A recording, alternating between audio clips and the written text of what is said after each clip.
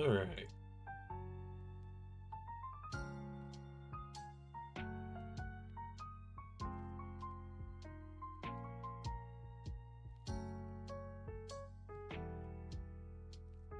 Hey everyone. What's up? How we doing tonight? Bit of a surprise stream.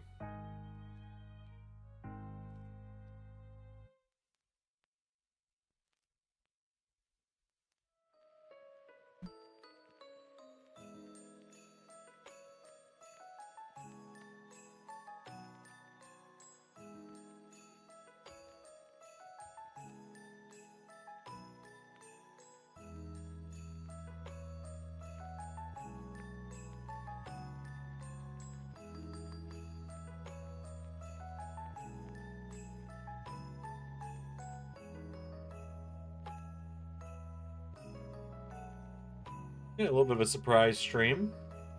I'm actually, in a second here, going to hop in the LS11 creative team / the Cult of Missile, as we're called. I'm going to hop in the voice chat there in a minute. But we're getting some stuff done tonight.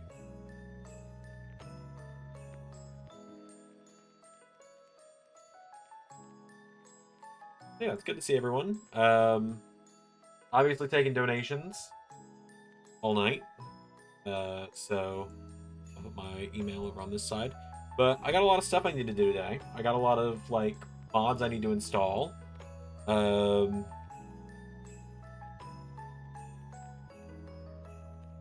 I got a lot of mods I need to install. I've got to start working on ARW stuff and things like that. So I need to prepare for the Squash-A-Thon coming up.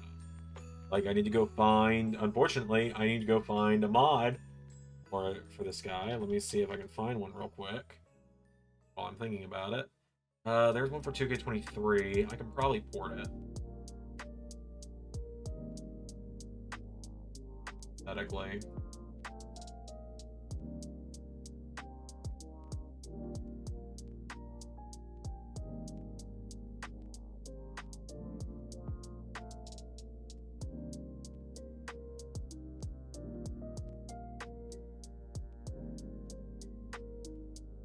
But,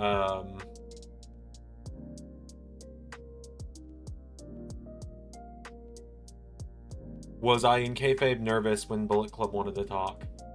Yeah. I mean, obviously. They've been literally trying to kill people all season.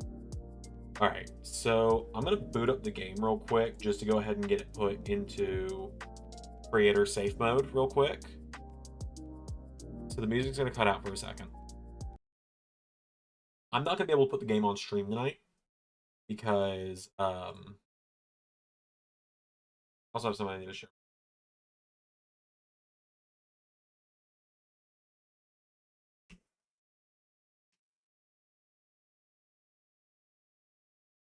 But I'm not going to be putting the game on the show tonight because part of what we're doing tonight is I'm installing mods for ARW, yes, but I'm also installing stuff and getting characters made and downloaded for the Klon Squash-A-Thon that I'm getting to host this weekend.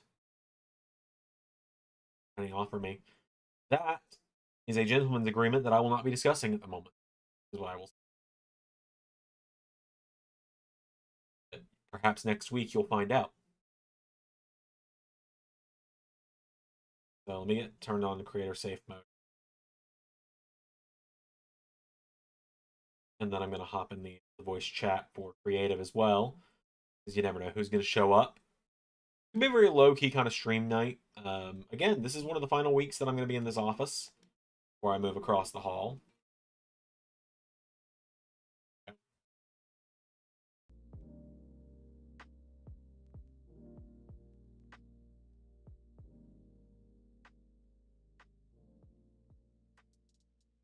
I'm going to go ahead and hop in the chat here.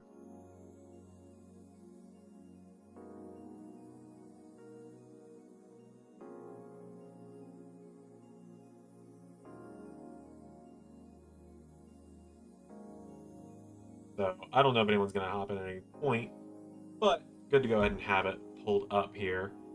Let me see if there's a way to display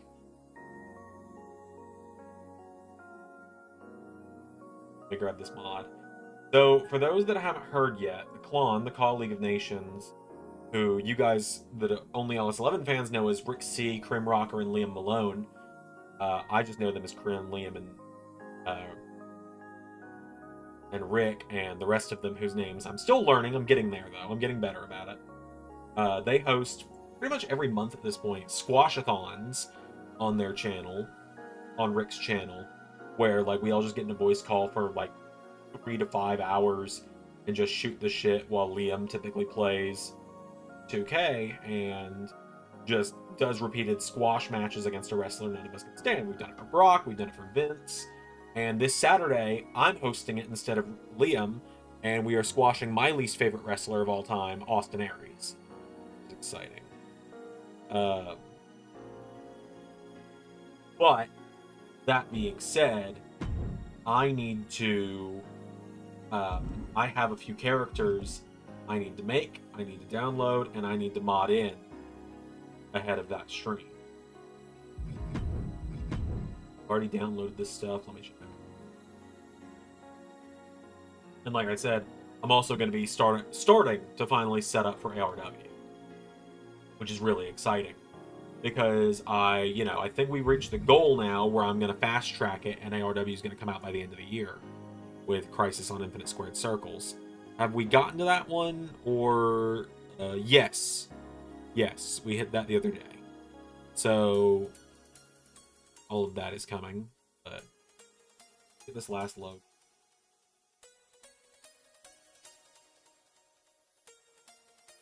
And is the Q&A call just for creative team? So it's not so much Q&A for the creative team as much as it is just giving them a chance to pop in and talk. How to display who's scored chat.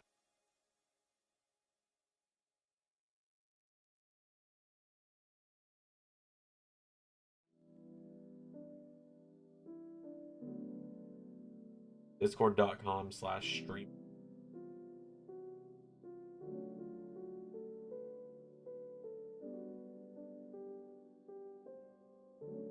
Hold on. If I have to vanish for a second. Okay, Calvin Tankman. Thank you, Zach.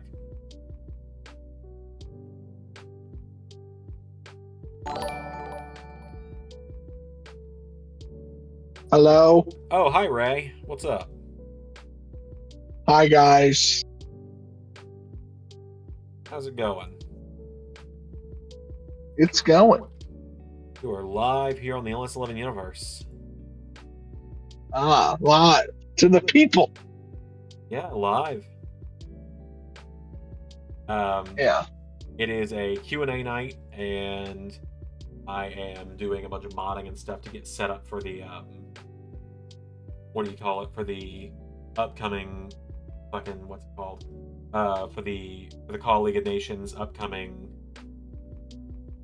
fuck, what am I trying to say here? For their Squash-A-Thon this week. Nice. That I'm getting to host, so everyone in chat. So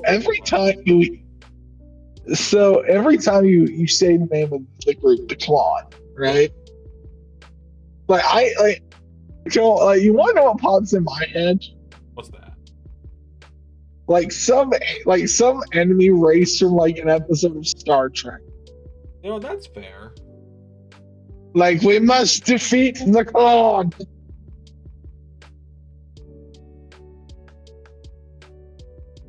Also, I am pretty sure I have, and Zander, I've talked to you about this, but it's one of my favorite things ever. Like, looking back at old wrestling and finding out, like, when they used licensed music, what, like, songs did they use? I have found one of my favorite uses of a theme song ever. Okay. Rock and Roll Express for 2 years came out, and I'm like, this is the perfect tag team theme for like a babyface like tag team. Yeah. They came out to Jump by Van Halen. Oh, that's a really good song to use. Yeah. I'm like, that's a great song for a babyface tag team. Also, everyone can see on the screen now, I've actually installed a thing where when I'm in a Discord voice chat, it will now show who was all in the voice call on the sidebar. Oh, nice. Oh, nice. That's fun. That's fun. Aren't we getting more? Aren't we getting so much more technologically?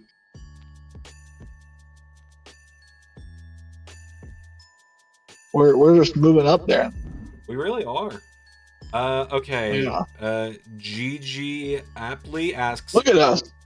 Asks why you have mod in your universe mode name. What? Why is because MOD is part of mode. Yeah. Okay. Grado is now added to the Christmas clusterfuck. Another donation from Zach. Only 4 slots left before the Christmas clusterfuck locks down and becomes booking for donation.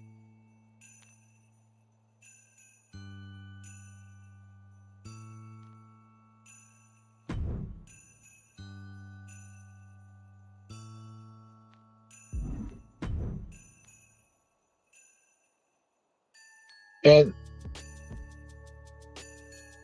also, Zander, I'm just saying this as just an observation for the people out there, just so they can think about the state of media, right?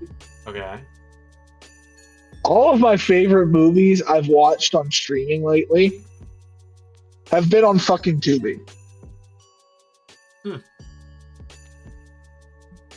I've watched completely for free on Tubi. Like,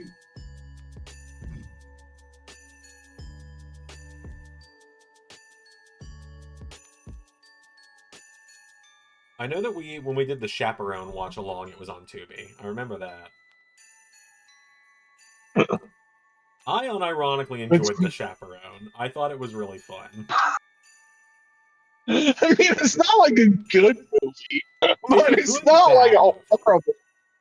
It's not like no, it's not even a bad movie. It's just a movie. Like, it's literally just it's like look up movie in the like that is certainly a movie. Like, I suppose so. I suppose so. now, what I will say is it's like the plot of the movie is kind of ridiculous if you point it out. It's inoffensive, like, if you don't think about it. Like, the plot of The Chaperone only gets ridiculous when you apply any critical thinking to it. Yeah.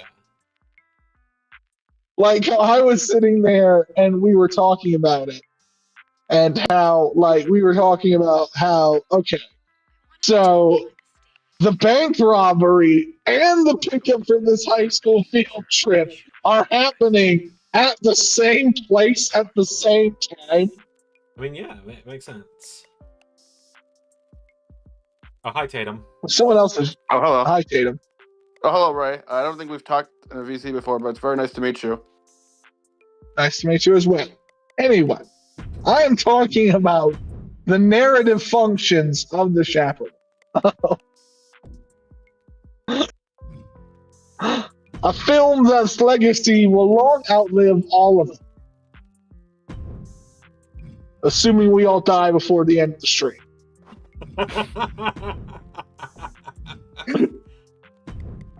Oh, man. I think, Tatum, I think you and Ray have been in a voice chat together briefly. No, I don't. Me and Ray have definitely chatted, but I don't think we voice chatted. There was a time where it was just me, you, and JT in the creative voice chat. Oh, I know. And then Ray probably. I think Ray joined for a bit. I don't think Ray talked. I think he joined and then he might have left. I don't remember. I joined. I was like, oh, listen to this for a second. Yeah, just, no. just I'm pretty listen. sure this is me and Ray's first chat. Just get my mind wet on the sponge of what these 3 idiots are doing. I think me and Ray have chatted before. I think one time we were chatting like in the W or some sort of channel in the server about like classic wrestling or something of the sorts. I don't remember what it was, but we definitely chatted at some point. Oh, I'm sure. I feel like everyone in I feel like everyone in the server has like chatted with each other in the actual like text channels plenty. No, yeah, but like Okay. me and Ray definitely shared similar tastes of wrestling, in a way. Yeah. KJ just sent in the chat. It's not a good movie. It's not a bad movie. It's just a movie. Yeah, yeah. Who else is here? Oh, we're all getting in here now. Everybody in the pool. Everybody's JT. here. Yeah, God, adding this. Also, guys. Go ahead, Ray. Oh, Zander, I don't know if you saw. Can y'all all hear me clearly? Yeah, I can hear you, Ray. Okay, because I'm not at home. I'm currently in the Kroger parking. Hell yeah. Oh, Zander, I don't know if you saw me and JT's first Universe Mode episode posted. I haven't seen the episode yet, but I was genuinely about to say I want everyone to congratulate JT and Tatum on their fucking first episode of Universe coming out today. Oh my, Zander, I've been filming something of my Universe Mode. I won't say what it is, but I've been filming it, and bro, I was sitting there on commentary, and I was like, I don't know what else to fucking say. What do I say? I don't know. Like, because I lose halfway through, I don't know what to say. So Flame Shadow is posting right now. Can I request an indie wrestler? You got you don't have the modded, but I've made them. Yeah. And I'm like, are you good at making Flame Shadow's pretty good. Oh, that's really my question. It's like, okay, this depends on how good you. Yeah, Flame Shadow does pretty good stuff. I've requested, like, I've gotten created wrestlers from Flame Shadow before. I have as well. They're very good. Zach. Well, Flame Shadow, are you taking requests? Zach asks if you weren't doing realistic for Universe Mode, what legends or sadly dead wrestlers would you like to use? I mean, obviously the big one for me is Macho Man. Eddie Guerrero. Tatum, you're YouTube. You're a Universe Mode guy at this point. What, you got an answer for that? Yeah. What was the question again? If you weren't doing a realistic Universe Mode like what Ray and I do, what dead or legend wrestlers would you use if you had no restriction? This is gonna be an interesting answer. Owen Hart. Oh, okay. Yeah. Also, I see Flame Shadow said yes, he does take requests. So, Flame Shadow, guys, you're getting a little tribute of my Japan booking here.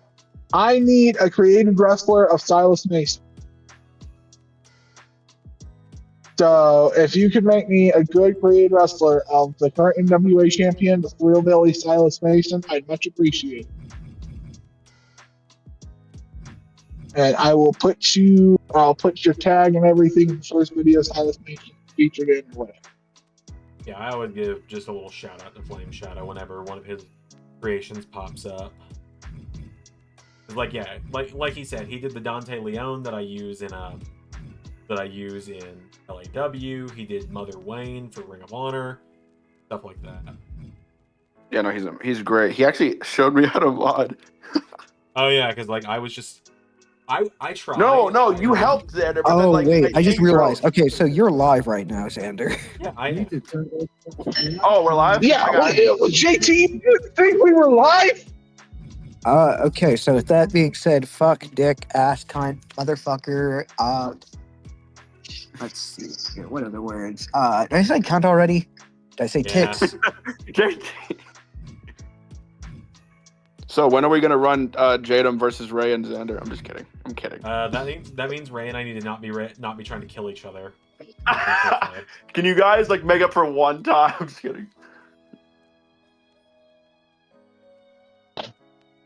No, but Zander, you did help me mod a lot. But then my 2K stopped working, and then I got it to work again, and then I just had to refresh my memory, and that's where Flame Shadow helped. Oh, hold on. I think KJ's trying to. Also, this would be a massive clusterfuck if it happened. Also, guys, we can't let everyone join the voice chat because if everyone joins the voice chat, no one in the group chat. Yeah. She was talking. Okay, so I'm looking. Wait. Who's Ziggy Danger? That is some indie wrestler that Flame Shadow just requested. What? That's a real wrestler? I thought he was requesting Ziggler versus Danger. That's a real wrestler. I'm dead. I looked him up. Yep. All right. So, I believe that it leaves us 3 more people that can be donated. Yep, and then all those No, donations. there's 2. I'm seeing 2 wrestling Ziggy Danger. Hey, KJ. Yo, KJ, we get a voice reveal, KJ? What up, everybody? Oh my God! So It's me. I don't know. I'm literally.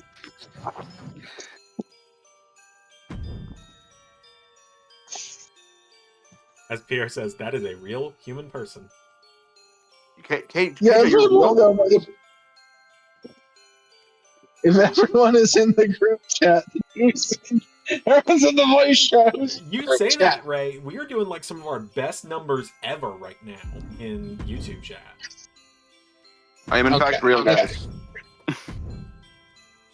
I'm not real. I am an AI program.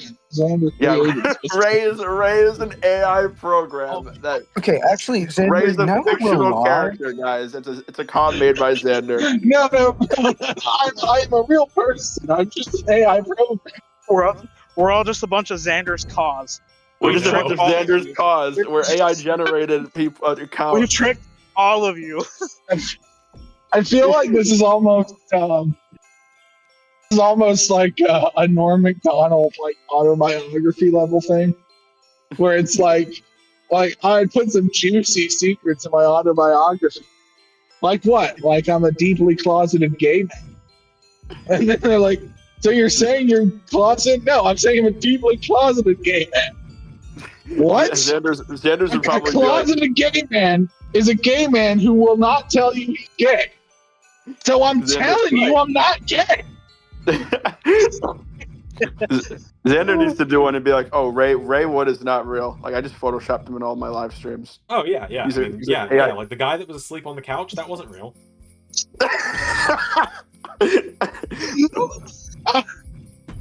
Honestly, like- looking. Ray's commentary voice is just AI. It's just Xander's voice just with AI. Bro, that was Honestly, though, one of my peak YouTube content. That's Everyone's here. Everyone's Hey, time. literally, I went back. fuck, Liam. What's going on? Hey, Liam. I went back and watched myself asleep on stream, and like literally the one moment that I was like, "What the hell?" was like the moment I like. I don't remember this, but in War Games, when I started trying to keep myself awake, and there was this moment I like pulled myself up, and I looked like I was like fighting the air. All of us were just like, War Games is on it tracks.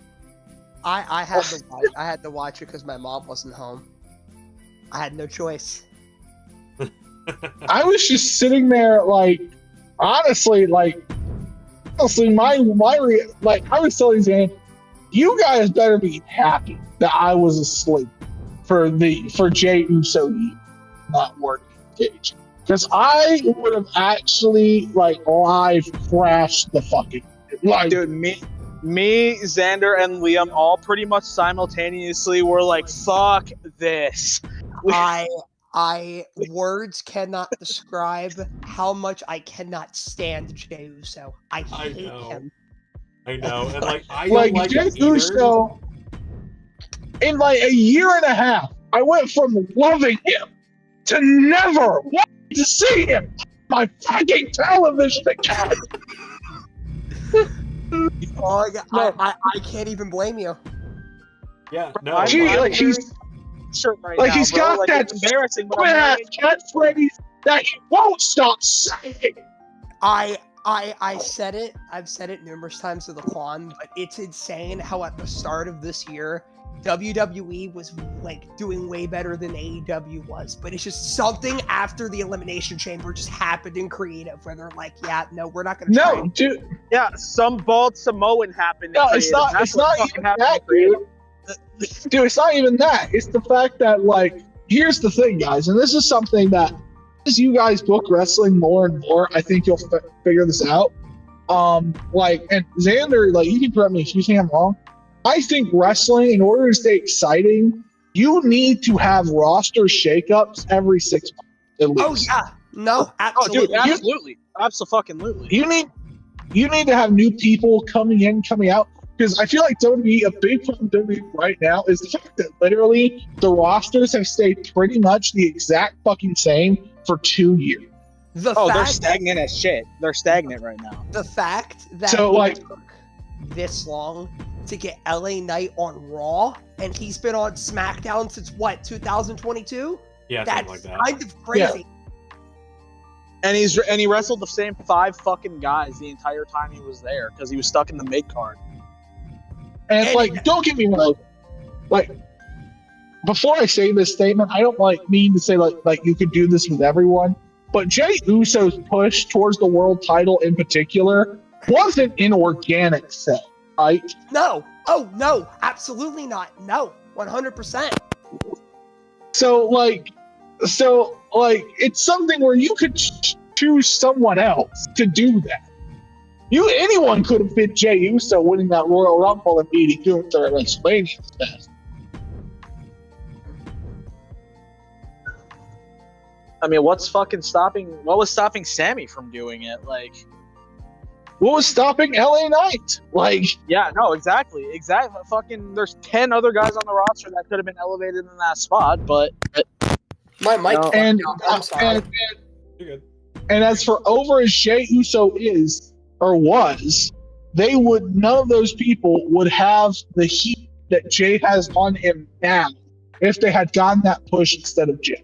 My thing is the major issue with Jey winning the Rumble. There's 2 of them. Number 1, it's the same issue it looks like we're heading with Braun Breaker. If Jey was going to win the Rumble, why did he fight Gunther a week before for the world title? That's yeah.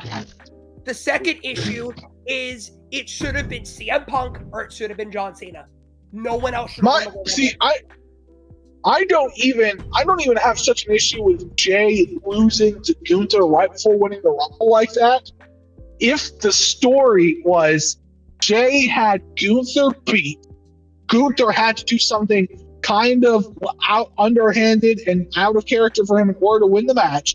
And now Jey Uso's like, I have to win the Royal Rumble because I have to face you again because I know I can fucking beat you. See, They did that without the interesting parts. you take that story and you give it to someone who could actually make it work in this year, like John Cena. That would have been great. My issue with that, I don't see a logical world where I can believe Jey Uso beats Gunther. I can't. There's no logical world where that makes sense. I get it. It's wrestling, but even I have my limits. That I can't buy it. I mean, like, I can buy it in the sense that I think Jey Uso's like this modern day, like, I hate saying it like this because like now, like, you can't even say this person's name anymore, but like, because of like what he did, and understandably so. But Jey Uso was best kept as the modern day Jimmy Snuka. Like, people love him, fans love him. He can main event shows. You know what? That's legit. I'm sorry to cut you off there, but that's legit. Like, but you don't give him the belt. Like, and like, I feel like, and this is something I like how Xander's not even talking. Like, Xander's just. I'm just letting you guys say what you got to say. I'm locked in on making this call. Zander, don't you have an opinion that you haven't stated to the world on James? No, people know I can't stand him at this point. I was gonna say Xander's been pretty clear about this. Like, we hear Xander's voice all the time talking about how he hates Jey Uso. They just see it in text. Now they hear our passion about it. I was gonna say, well, like the thing is, there's only one wrestler in the year of our Lord 2025 that I do not like. I despise worse than Jey Uso, and it's The Miz. It's The Miz. I do not like. Why? The Miz is just such a The Miz is such a non-entity to me that I don't even like think about it. Honestly. The Miz shows up, and I'm just like, oh yeah, Mike still works there. I'm like, To me, I blame this recent bullshit with Mello. It's what I blame. you know what? Yeah, that makes sense. Feuding with the Miz in 2025 does nothing for anybody. It does nothing for anybody. Cool, congratulations.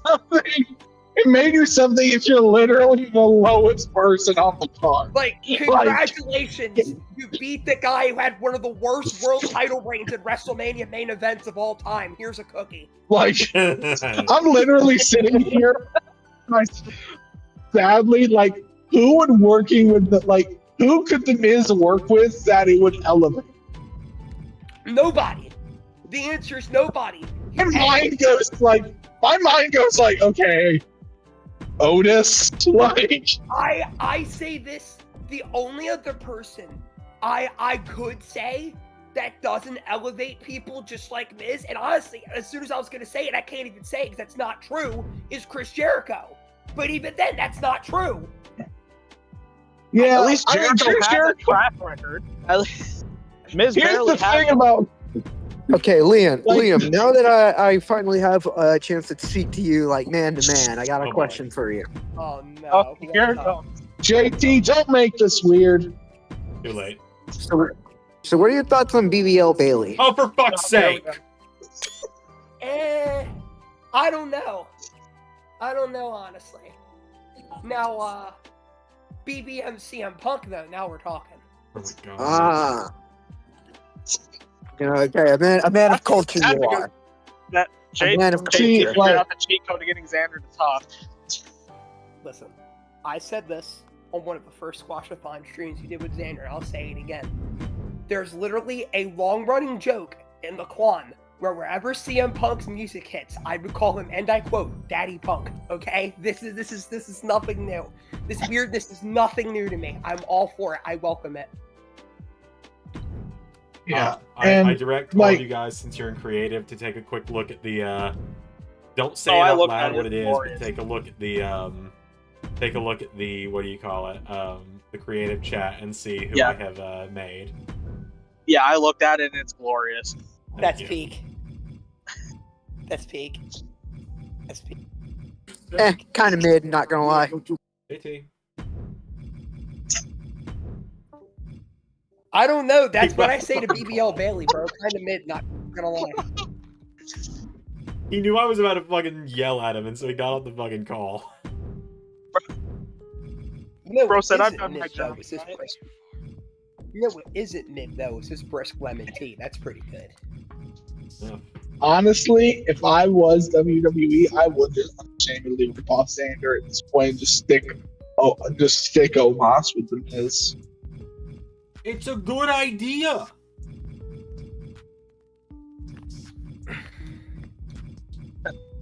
I mean, fuck it. At this point, what do you got to lose? Like, okay, here's my thing, right? Like, it really is old wrestling, right? Like, it's a guy who can talk and piss you off and nothing else in The Miz, and a guy who looks great and can throw a chop and look intimidating and nothing else in Omos. So if we put them together, they make one good wrestler. Exactly. I mean, it's better than what my idea. It's better than what my idea for Miz would be. Hire him. Stick his ass in catering. He stays there. No. Honestly, guys, I know people are gonna hate it.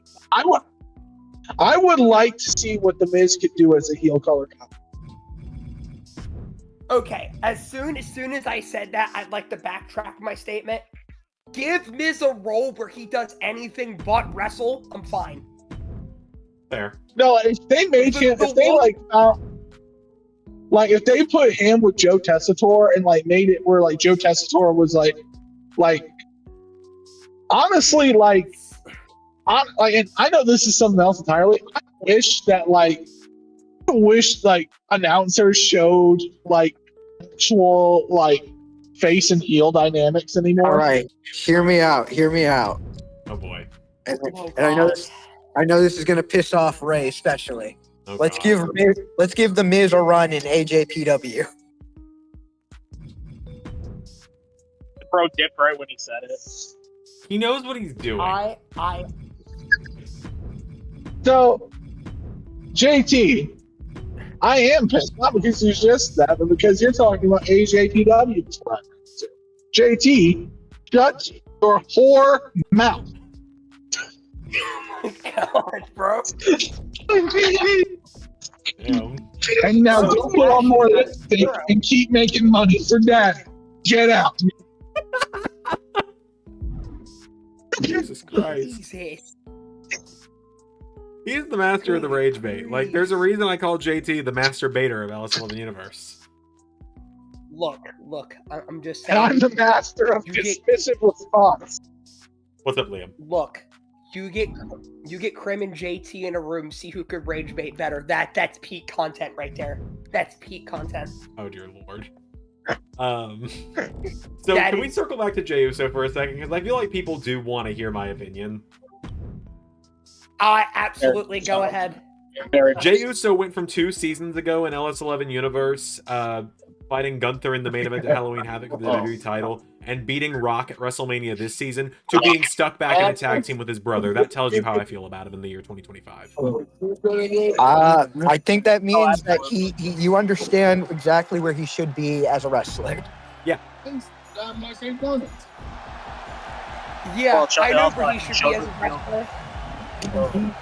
I know where he should be as a wrestler. Behind the fucking cash register. Yeah, put the fries in the bag, bro. You're cooked. Yeah, like... You know where Jey Uso doesn't belong as pro wrestler? You know what? I'll Behind be the wheel. honest, I agree. Behind the wheel of a car.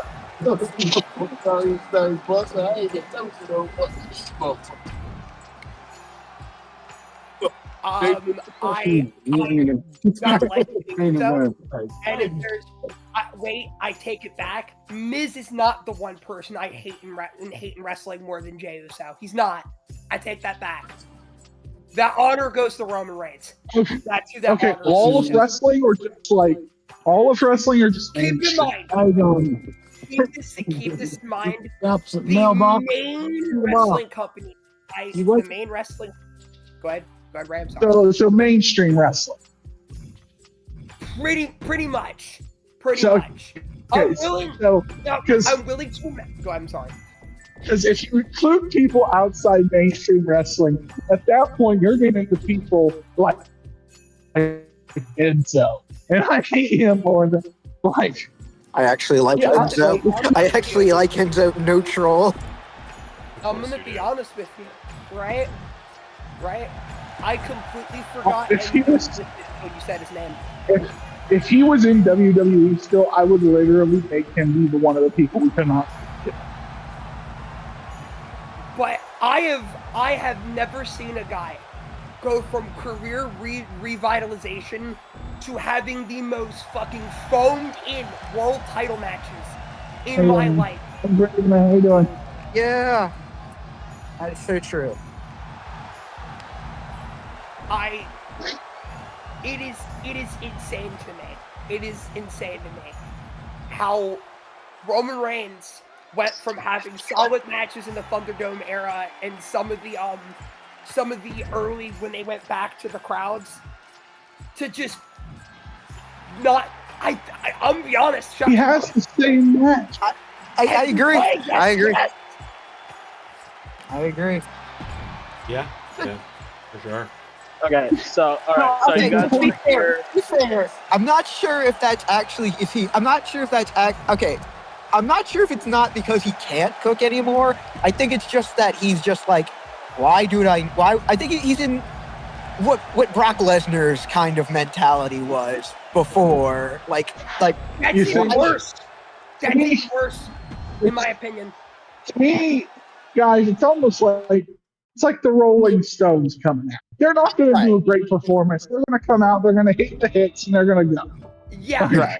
That's exactly I'd rather, it. That's dude, exactly it. I would rather, dude. I'd rather be washed than phone it in because at least if I'm washed, I still care. I just can't go at the level I did. Exactly. If I don't care, No. like that, like They. so my, yeah.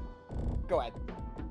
Okay, so my thing is like, for most of wrestling, I don't really hate anybody unless they're like pretty much everybody I hate are the people who are like on the LS11 blacklist. The Riddles, not the Austins, the Riddles, Austin Aries, Tessa Blanchard, Brock Lesnar, those fucking fuckers. Like, I know I'm pretty vocal in like fucking Discord and shit. Like we talked about this earlier. I don't actually hate Wheeler Yuta. It's Wheeler Yuta is Zander. Cass to Zander is Yuta to me. Is what that is. So Yeah. I just nothing. I got nothing Like to say on saying Wheeler Yuta. like just saying fuck Wheeler Yuta is just like kind of my bit. Like I'm mostly indifferent to him. I think he plays his role well.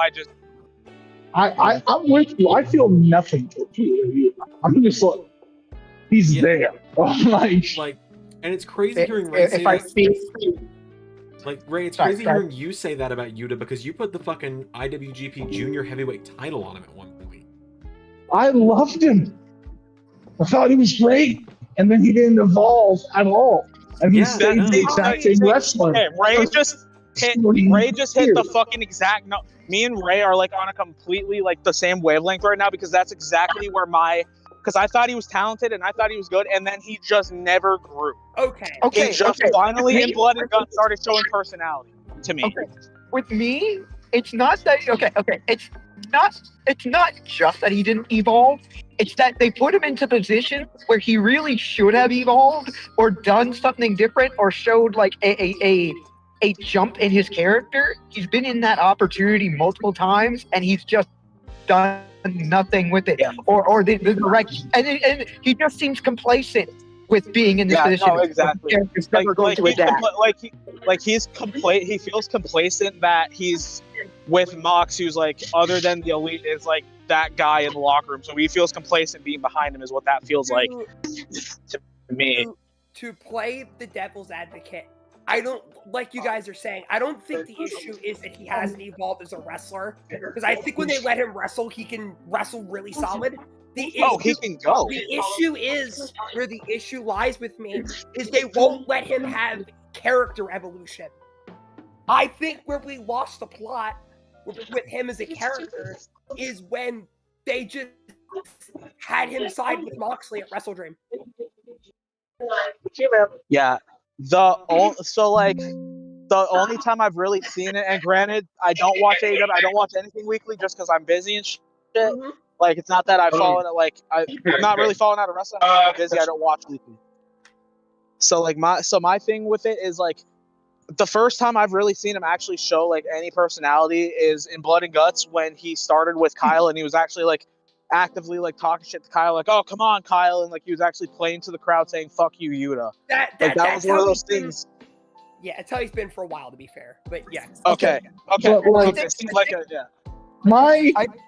I think the way I phrase it, it's that the way other people feel about Austin Theory is the way I feel about Wheeler Yuta.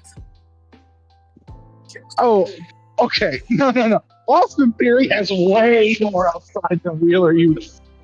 Not even. Sorry. I think everybody's coming to the realization that Theory's not bad. He was put in a bad situation. I feel like that's the same. I feel like that's the same with Wheeler Yuta. I feel like what's it called? It's not even Wheeler Yuta's fault. He does what he's booked to do, and I think in the position that with the character and the work that he's given, he does it well. Absolutely. But he should be in. It's undisputed that he's too talented to be doing the things that he is doing. He's too talented to keep playing the goofball of the Death Riders, in my opinion. He should be. And maybe no, 100%. I agree with you. And maybe this is just a consequence of the modern day wrestling business, where instead of because even 15 years ago, Wheeler Yuta would have been working. If AEW existed under the conditions that our wrestling company existed under 15 or even 20 years ago, Wheeler Yuta will be working 2 times as much of it. Oh, yeah, no. Wheeler Yuta would be killing it on the independent scene right now. Absolutely, 100%. Well, no, like not even that, but like I'm talking about like just getting your experience, having more matches, working in front of people. Like, oh yeah, no, in general, absolutely, no, 100%. It's just I think, especially with a group like the Death Riders, like you can say what you want with how they were booked earlier this year. I completely agree with whatever feelings you probably have. Even disregarding that, you have some of the best wrestlers in the company in that group. So it's my issue with the Death Riders comes in because I feel like a lot of their booking is just, well, first of all, I don't like deathmatch wrestling. That's going to be a disconnect from me. I put 2 and 2 together. I figured that. I respect that. It's not. Yeah. Forever. But other than that, like, so my thing is, why are you trying to make Pac a leader of this group now? Why are you trying to make Pac a main eventer 5 years after you should? I don't think that's what they're doing, to be fair. Like, the plan seems to be, like, granted, I don't watch AEW, but, like, the plan, from what I can see, is, like, put Pac, like, in the new leader of the Death Riders spot. It's fair, but actually, it's looking like to be Claudio. Claudio's the only member of the BCC Death Riders, whatever in general, to beat Moxley in the company. That's where it looks like we're going. Okay. But I don't want Claudio leading a fucking deathmatch group. That's okay. Look. Okay, I'm not gonna lie. Give me a second. Ray, I'm sorry. I gotta give you this. Yeah, that was well put. That was extremely well put. I wasn't prepared for the fucking soundboard. But like, that's my thing of like, okay, Claudio has been a weird addition in this group from day one. Like, you know? Yeah, no, I get It made sense when Danielson was in there when it was just a bunch of tough wrestlers. Okay, yeah, I'll say this. like when it was still PCC. I'll say this. AEW, I think.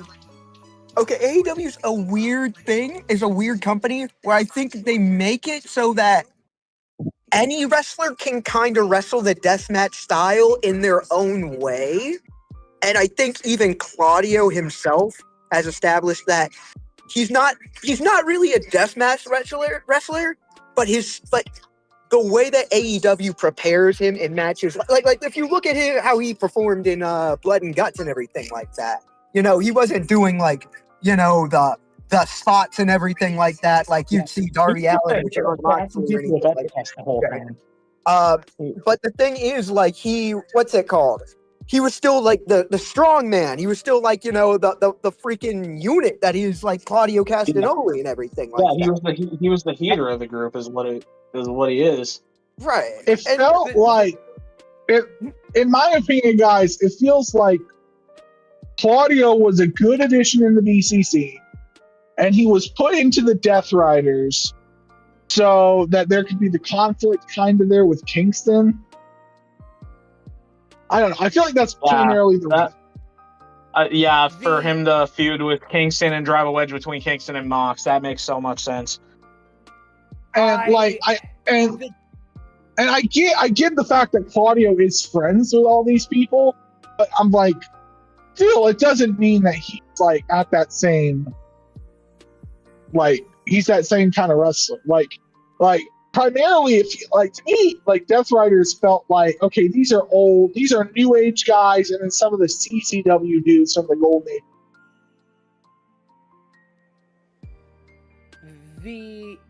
The Death Riders have, from what I've seen a majority of it. I can recall bits and pieces here and there.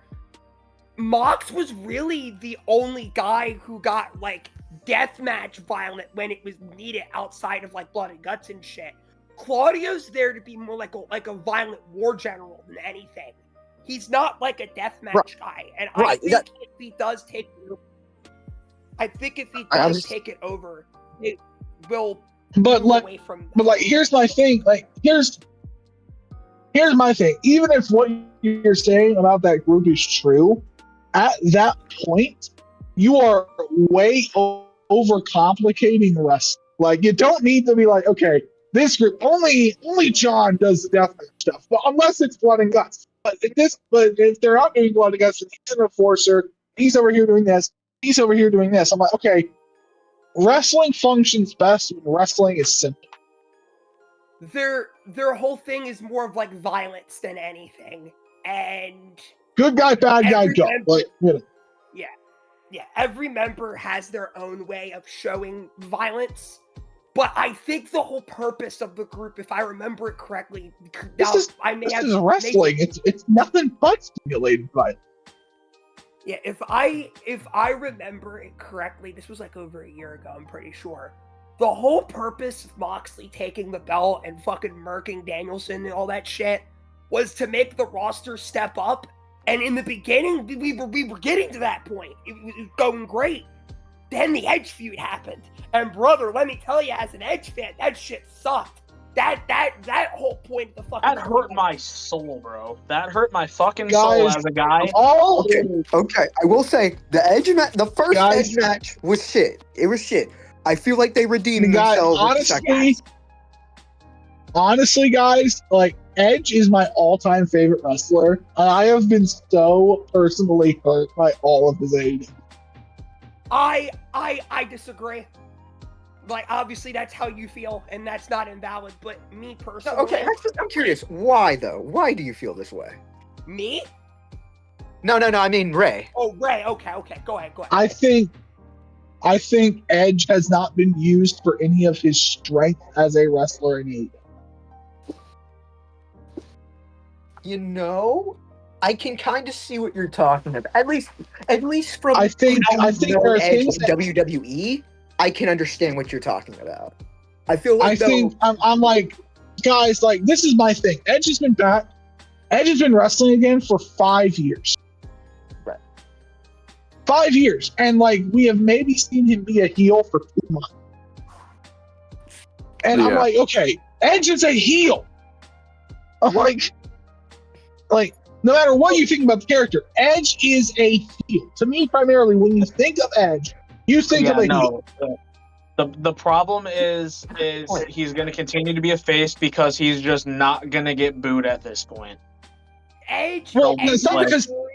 Edge's story kind of makes him impossible to boo. It at this point, it worked there for a No, little like, bit. here's the thing though,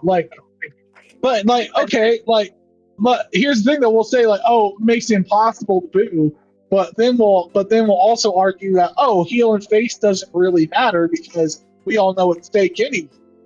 So I also think it's also like. Sorry, I was just sorry to interrupt you, Ray. I also feel like it's not just the thing about like whether he gets booed or cheered. It's also how he presents himself. I feel like the way that face Edge is at least the way that they're presenting him right now, it feels like a much tamer version of the Edge that became popular, like the Edge that we all really connected with as a kid and everything like that, who was, slapping John Cena's father, who was, getting with Lita and everything like that, who was doing Lita on live TV, fucking right, like Edge. Which honestly, what I love is what he said about that, like, which is what, like, he's like, I've never been naked with a woman yet softer my entire life. Like, with all those people there, I couldn't get into it, man. Like, there was nothing going on down. I was just thinking about the people, like. But my point is, I get that he's not going to be. Which again, all of us would probably have that moment if asked to have sex with a beautiful woman in front of 15,000 people. Lots of millions watching on TV because it was like the most watched. Like, we all probably would struggle to get it up in that moment. Ray, I would have not been able to do that. Ray, I gotta.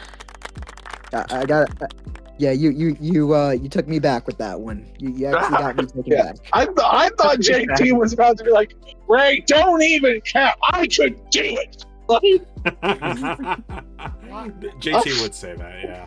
Xander's just tackling. He was about to go onto a big diatribe about how if he was asked to fuck Lita in front of millions of people, damn it, he would do it. JT, I gotta know. Are you actually a Christian guy? Ah. God doesn't exist with JT, I don't think.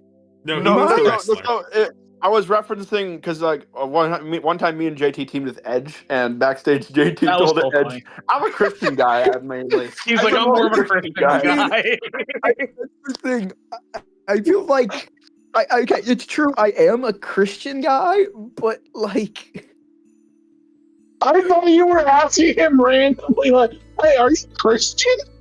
No, he told Edge that he liked Christian better before we were teaming with him. By the way, I specifically remember sitting in the premiere chat, and that fucking happens, and Pierre just goes, "Oh, JT."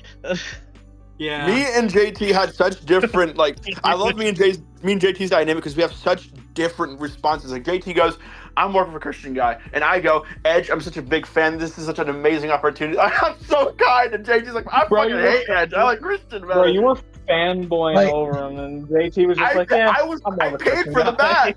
I paid for it. Of course, I'm gonna be like, Guys. "I love you so much, man."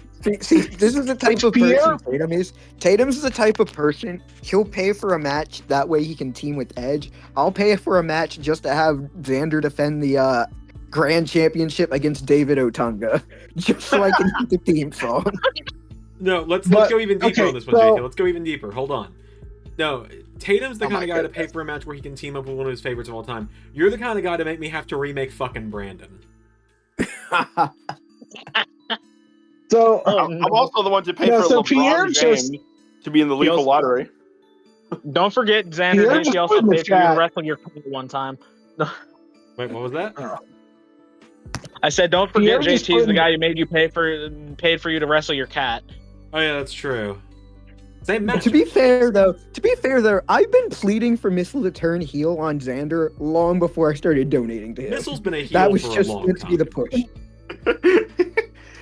No, but JT, seriously, like, Sorry. you like Edge or Christian better? Because I need to know now after that segment we've okay, had. now, guys, I'm sorry, I have to chime in. Xander, Missile is far too stupid for moral law. I mean, yes, that's true. She's a very fucking stupid cat. Like, Don't she talk thinks about bad Mark as your and tag team good partner for like that. flavors of yolk. But anyway, Pierre just said Edge and Lita were a peak couple. Interesting fact, Edge and Lita never dated. Matt Hardy and her They were did. just a thing, weren't I they? think we all know he meant on screen, but Ray just decided. Ray No, just no, said, no, no, "Nah, to fuck me- this game." Decided.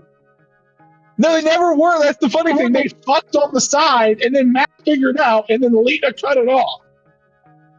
But I think we all know Pierre meant like on screen couple, not like an actual couple. Well, I know that, but a lot of people think they were a real life couple. I think that's a fun.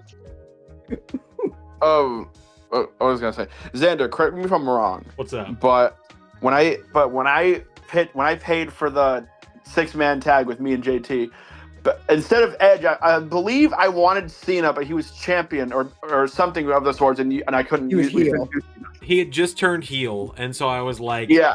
He Guys, had- fun fact: I wanted Cena to be our partner, and because me and Cena are in the same hometown, and I really West Newbury, Massachusetts. well in Massachusetts, but I'm close to West Newbury, so might as well. Damn. But I like how the only reason any of us know the name of West Newbury, Massachusetts is it's John. John Yeah, Cena. man.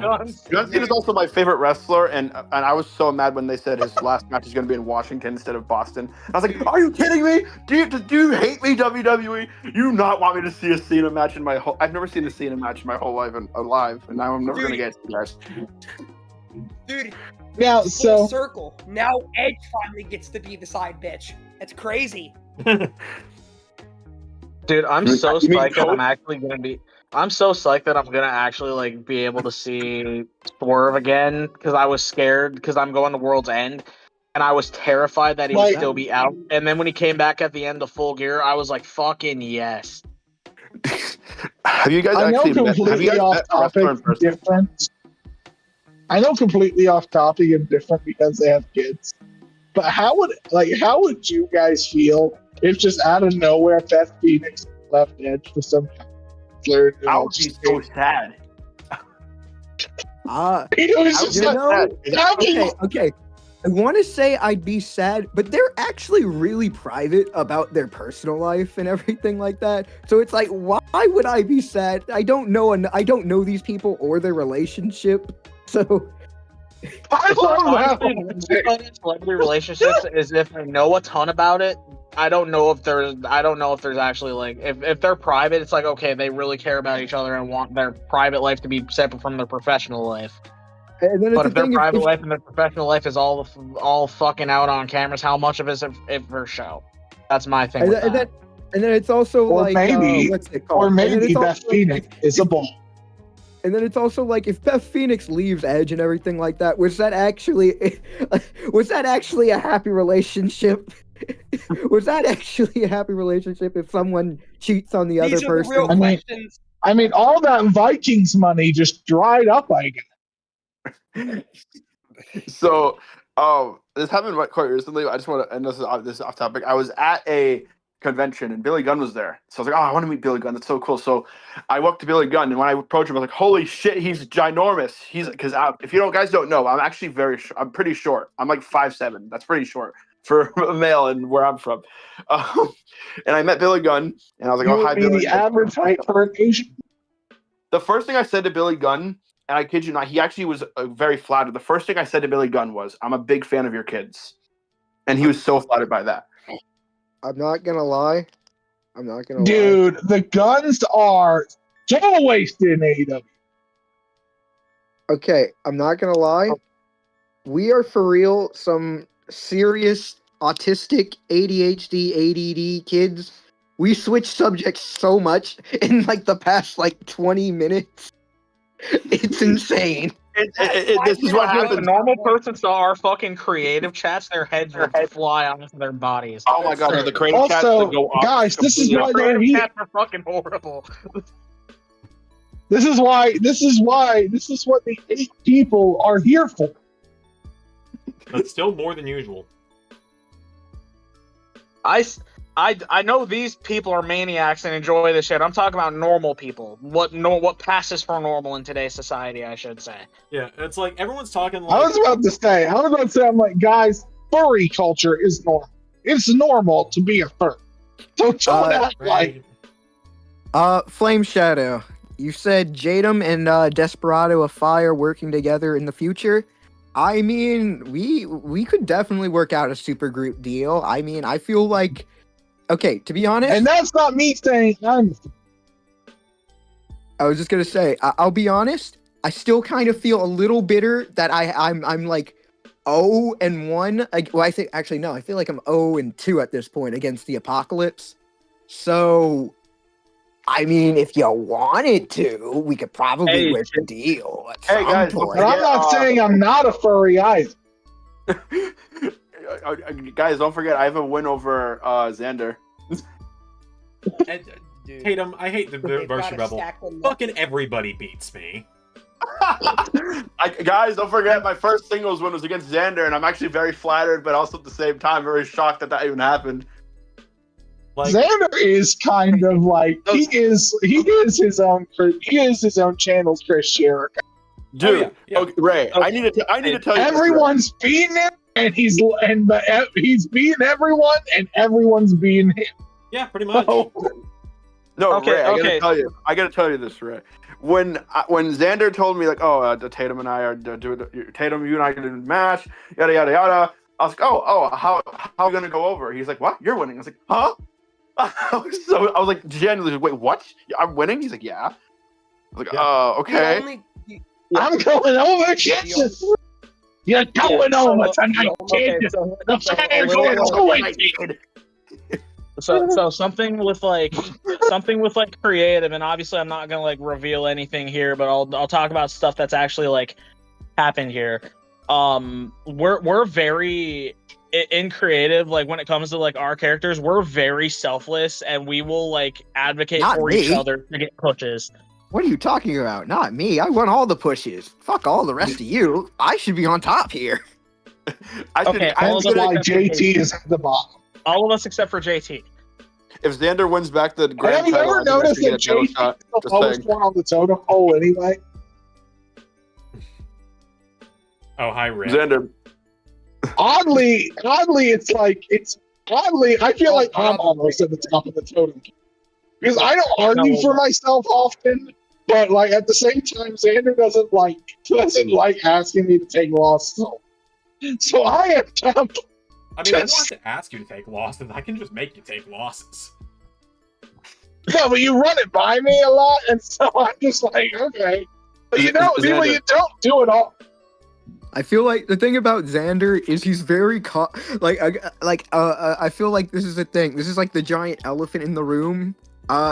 LSWF really scarred this man, so now he's really cautious whenever he gives people losses because he Yeah. does not want to relive the horror that happened with LSWF falling out again. Oh my god, yeah. Which I like, dude. When he told me that idea, Zander, I'm not trying to crap on you here. When he told me that idea, I was like, that is one of the worst ideas.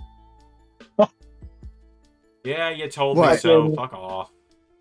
What? No, that is LSWF? a idea. LSWF, period. Well, okay, no. To be fair, LSWF wasn't a bad idea. It was just the people he was doing it with was a bad Okay, idea. no. Okay, so this is something. Call this the Economist Special. Oh boy. If you ever talk to an economist, you know what I'm talking about here. Well, they're like, oh, the plan works perfectly as long as people don't people. Like, oh, this financial system works great as long as people aren't assholes. Oh, this idea is a great idea as long as My people whole thing aren't isn't even assholes. that.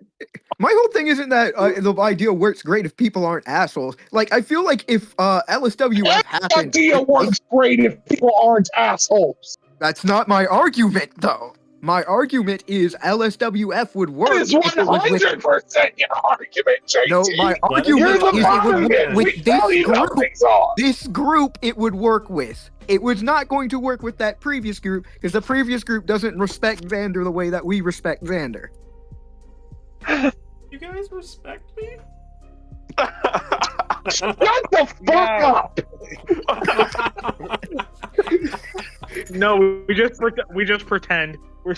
We all secretly hate you. We have our own sorry. separate No, yeah, Discord where we fucking talk hate shit it. about you constantly. Fucking Oh, hate shit, you guys Zander. all say- I wait, thought that hold was on, shut. I was like, time out. what could I? You guys all say that you love me, but actually secretly hate me? Guys, you sound like my ex-wife. Oh my god, I was waiting for an ex-wife joke. So, like, We're Hold all on. complaining about this. okay, guys, this is a Hold really on. random question. JT, quit holding up the chat to talk about what you need to talk about.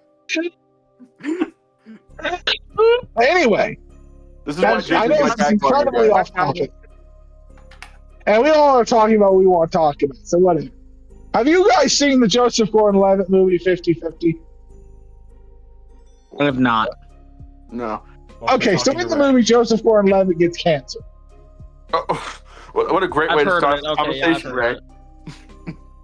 And Seth Rogen plays his best friend.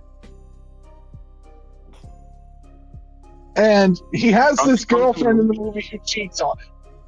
And Seth Rogen finds out about it when he's out and about with this girl. And he takes a picture of it, and there's this incredible scene where, honestly, if I got a chance to with Xander's relationship, I would have done this style of thing. Seth Rogen just comes in and just starts roasting Joseph Gordon-Levitt's girlfriend. No harm. He's like, a picture I took. I've come to call it Exhibit Whore. It's a picture of her cheating on him. I will say everyone else is far harsher about all of this towards my ex than I am. I'm just like, I just want this fucking to be over and done with. Like, I haven't talked about it much on streams, and I will continue to pretty much not talk about it much on streams. But holy shit, this sucks, and I just want it to all be over and done. You should just refer to her as Voldemort from now on. I mean, I just call her She Who Shall Not Be Named. Well, it's essentially Voldemort. Same Yeah. concept. Same concept. Oh, Ray, I gotta know. Are you as tall as Zander describes you of? Because Zander always says you're a giant, and I gotta know. Have you not seen the picture of them, like, when I can't Dude, remember who they who's were to say with? Zander doesn't Photoshop those pictures? Okay, JT. Hey, listen, he's deafened right now, so I gotta fill in for him at some point. Imagine one day for just one day for a show, me and JT switch personalities, like just for one day. That'd be I so have funny. joked about doing LS11 Freaky Friday. That'd be so. Me and JT switching. We've definitely personalities. talked about that. Yeah. Also, Zander, what's up? if when you win back the grand title, I'm just saying I pinned you at one point. I'm just saying I pinned you at one point. Well, don't talk. Okay, you pinned him. He's not the champion. I'm just saying, Zander. Tatum, did you pin me? Speaking as someone who doesn't have a dog in this fight, the best way the match could end is with them both on the floor and the ref counts 10. There's a draw. That's the best way it can end. Liam, you don't have a dog, but you have a picture of John Wick as a profile picture. I know Yeah, it's rather fitting. they had a dog. Well, in fact, I did, and dog died too. So Oh, we're shit. kind of Oh. the same person. Well, now you just gotta kill every fucker you see. Zander, I'm just saying. Pretty much When you win back that title, I'm watching you. I'm starting You've with been you. watching me for years. I know. Zander, you're literally number 2 on my YouTube channel watch list. Like, you're literally I number always 2. feel like nobody's watching Rookie me. number 2 is my number 1. You know, for the longest time, I thought Michael Jackson sang that song, only to come and find out it was not Michael Jackson. It was him doing background vocals. I thought that was like his song. I thought like Michael Jackson made that song and everything, but apparently. Yeah, no, yeah. Also, are you still guys his going to see voice, the but it's not Michael like Jackson that. movie? I'm gonna watch it. I think it looks good. Unlike some people who pretend to be Michael Jackson online and criticize it. I'm gonna be completely honest. I rarely watch movies, brother. It's nearly been 10 years at this point, and I still haven't seen Avengers Endgame. What? Oh yeah, apparently this is like Hell a running yeah. gag in the Klon. Like I've learned this as I've become Klon adjacent over the years. Oh, dude, yeah, no, Yeah.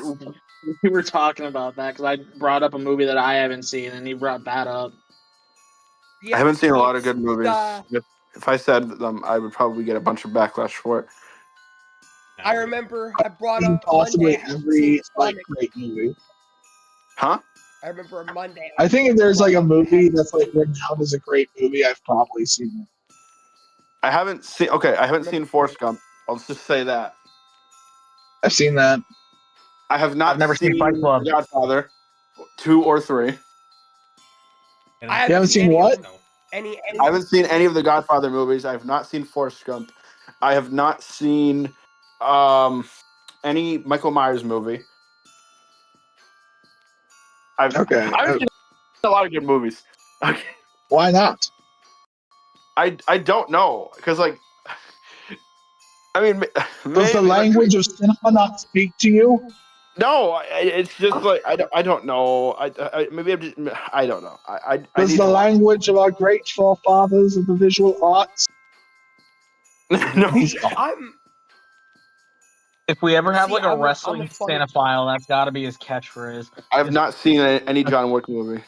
I am the wrestling cinephile at this Oh yeah. Ray is just the wrestling cinema. Oh, then that's got to be your catchphrase at some point. Does the language of cinema not speak to you? Yeah. Just literally, you just put someone to a flaming table there. That's the language of cinema. Thank you. I will say one thing that's been really funny this stream so far is like everyone's like, "Oh, Xander's being so quiet. Xander's being so quiet." I'm like, "Do you guys not realize this was the point? Bring a bunch of people in so I can just stream and not have to do shit." Oh, I mean, I don't pretty think he much. was relying on. It's a good strategy. I don't think he was counting on me showing up. That's true. That's true. Hey Ray, how's SmackDown looking for tomorrow? By the way. Ray doesn't show up for shit, so I know he's not showing up for this. Yeah, that's true. Ray, have you seen Welcome Ray to doesn't Derry? show up for his own shows. No. Have I seen what? Welcome to Derry, the new Pennywise series. Parts of it. What do you I think of haven't Bill seen it Skarsgård yet. as an actor? I love him. He's phenomenal. I think he's the greatest. I think he's one of my favorite horror actors, like iconic horror character, like actor wise. I like Bill Skarsgård better than He's Tim one of my Curry. favorite actors.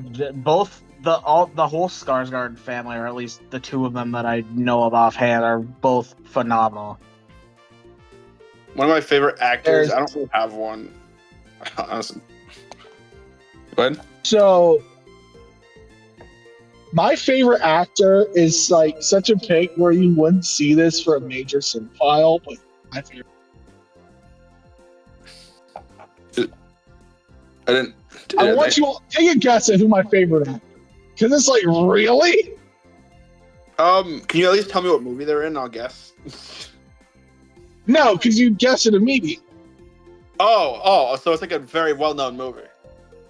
No, it's a well-known actor. Like, it's a very well-known. Is it But it's just like a kind of actor. No. I would shit myself if Ray told me that he thought Kevin Hart was a good actor. I'm not gonna lie to you. Kevin Hart's funny, but I wouldn't necessarily call him a good actor. Honestly, I don't think Get Hard is a bad movie. Oh, it's a very fun movie. Yeah. I laugh at that movie. Listen here, bitch tits. Put those away. I'll show you my tits. Freaking my favorite actor of all time, or my two favorite actors of all time, are Samuel L. Jackson and Morgan Freeman. Those are I mine. like Samuel L. Jackson, how he always has to drop an F-bomb at some point in his movie. Except in Avengers. Any Avengers movie. I love how It's required. I love how Samuel L. Jackson has been in his 40s and 50s for 40. Bro, The man bro's never legitimately- ages. Bro was born. Both of them were born in their fucking elder years. Like, I will never believe you if you tell me that they were young at some point. Yeah, no. If we're talking about, But if we're talking about, no, like Kevin Costner too. Kevin Costner was in his 40s for. So, Ray, I'm guessing you love cinema as much as you say you do. So I gotta just point this out because I think it would be funny. I was talking with my sister the other day, and she's been telling me like, oh, she saw Wicked Part 2, and I was like, okay. I was like, okay, nice. I haven't watched it, by the way. And she's like, oh, and then I think at some point I said, oh, it's just Wizard of Oz. So I was like prequel, right? She's like, Wicked and Wizard of Oz aren't the same thing. I was like, you know how fucking stupid you sound right now? Are you kidding? Okay. Wicked and Wizard of Oz aren't the same thing. So here's what's mean about Wicked. I have not seen either movie. No, but it's 100% a prequel of Wizard of Oz.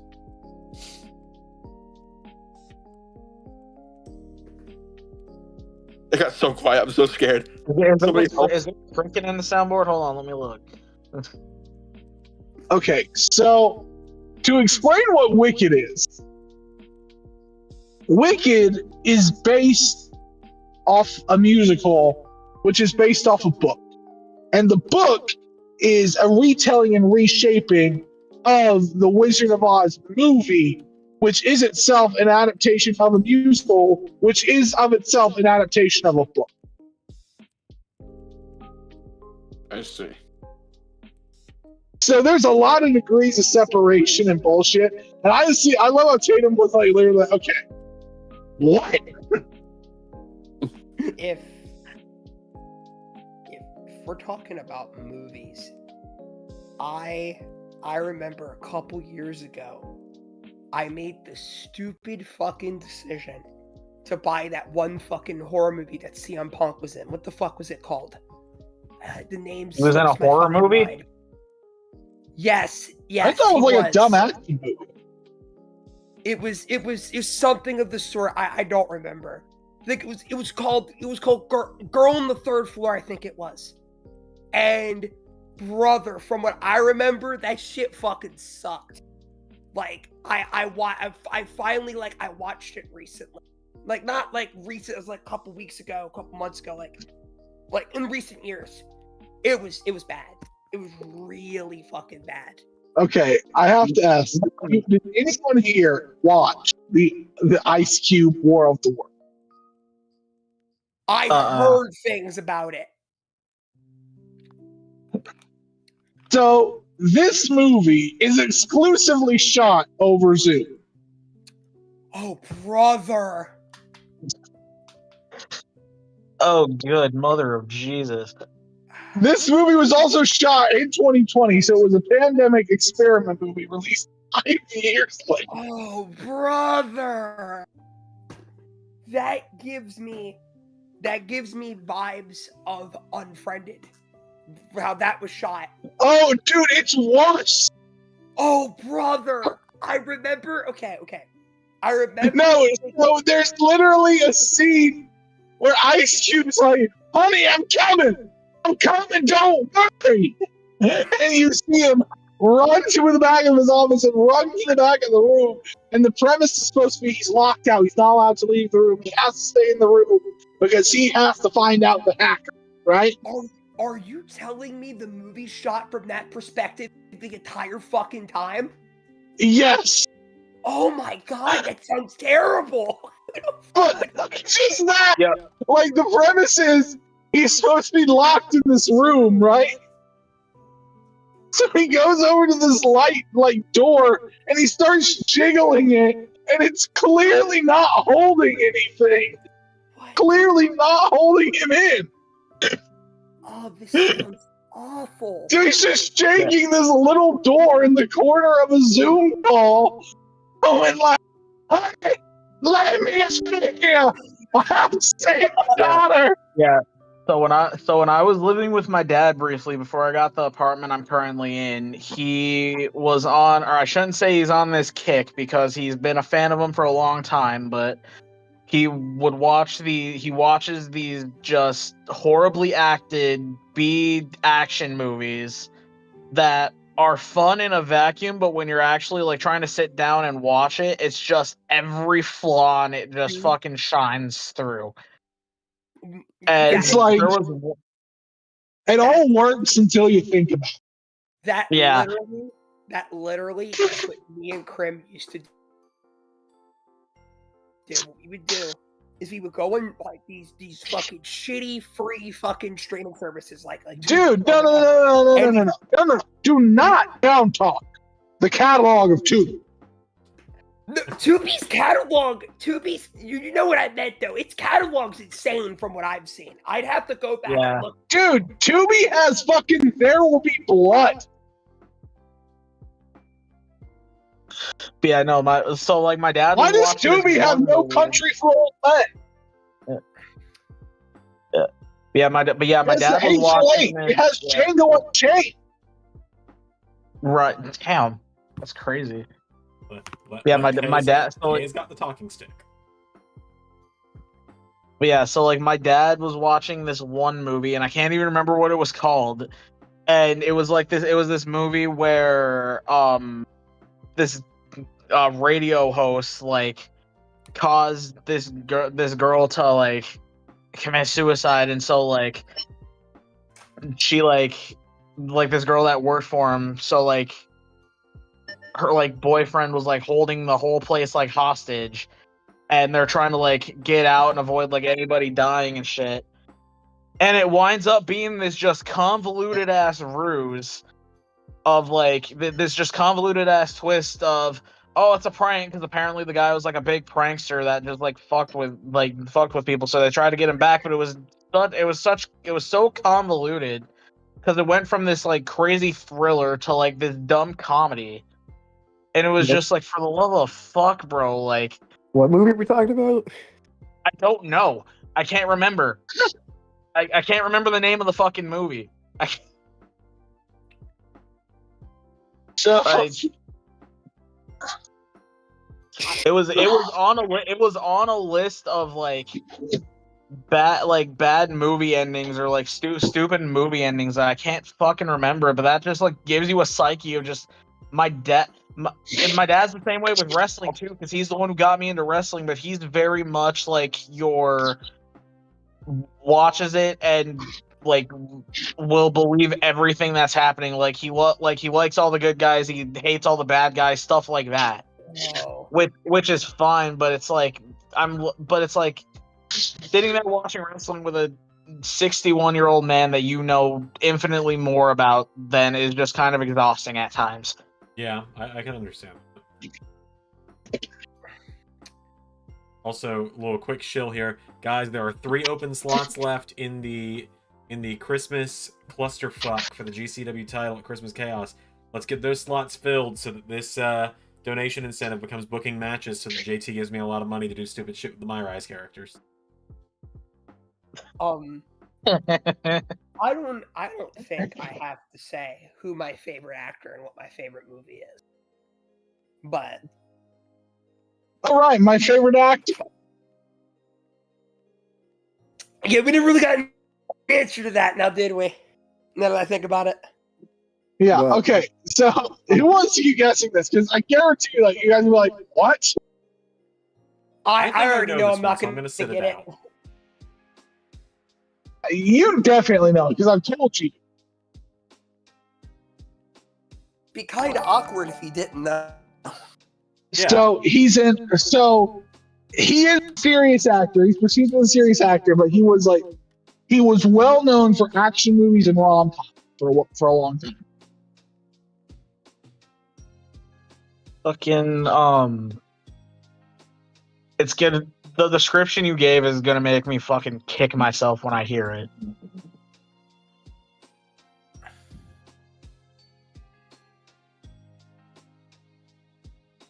So like now he's a serious actor, but for a long time he was like a big like rom-com like action movie guy. Oh, shit, bro. Fuck.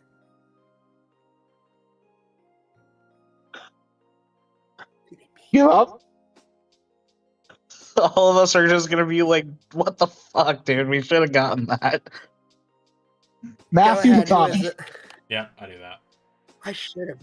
What was it? Matthew McConaughey. God damn it! Yep, there we go. I fucking love Matthew McConaughey. Him and Woody Harrelson's fucking Salesforce commercials are hysterical. You I know don't they know. might be brothers. Oh, I don't know who this man is. So Woody Harrelson and Matthew McConaughey may or may not be brothers. That's crazy. Because they found out. So Woody was like raised by a stepdad, I think. But so Matthew's father, though, he used to play for the NFL. And so apparently Woody's mom met Matthew's dad a couple of years before Matthew showed up. Oh shit. And like apparently they've never looked into it, but they think they might actually be blood half brothers. that's fucking crazy. My favorite movie isn't even that good of a movie. It's Real Steel. Hey, Real Steel is a good movie.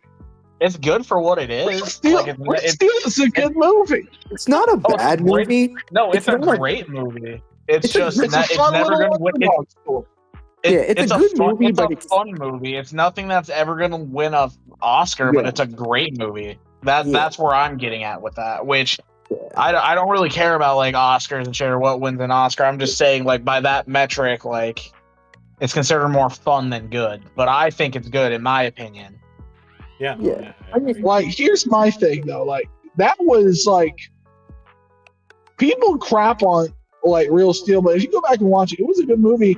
And like the thing is, it was directed by Sean Levy, who has gone on since then to make fucking Free Guy, Deadpool, and Wolverine. Like Stranger Things. Yeah, Stranger Things is about to be directing the new trilogy for Star Wars.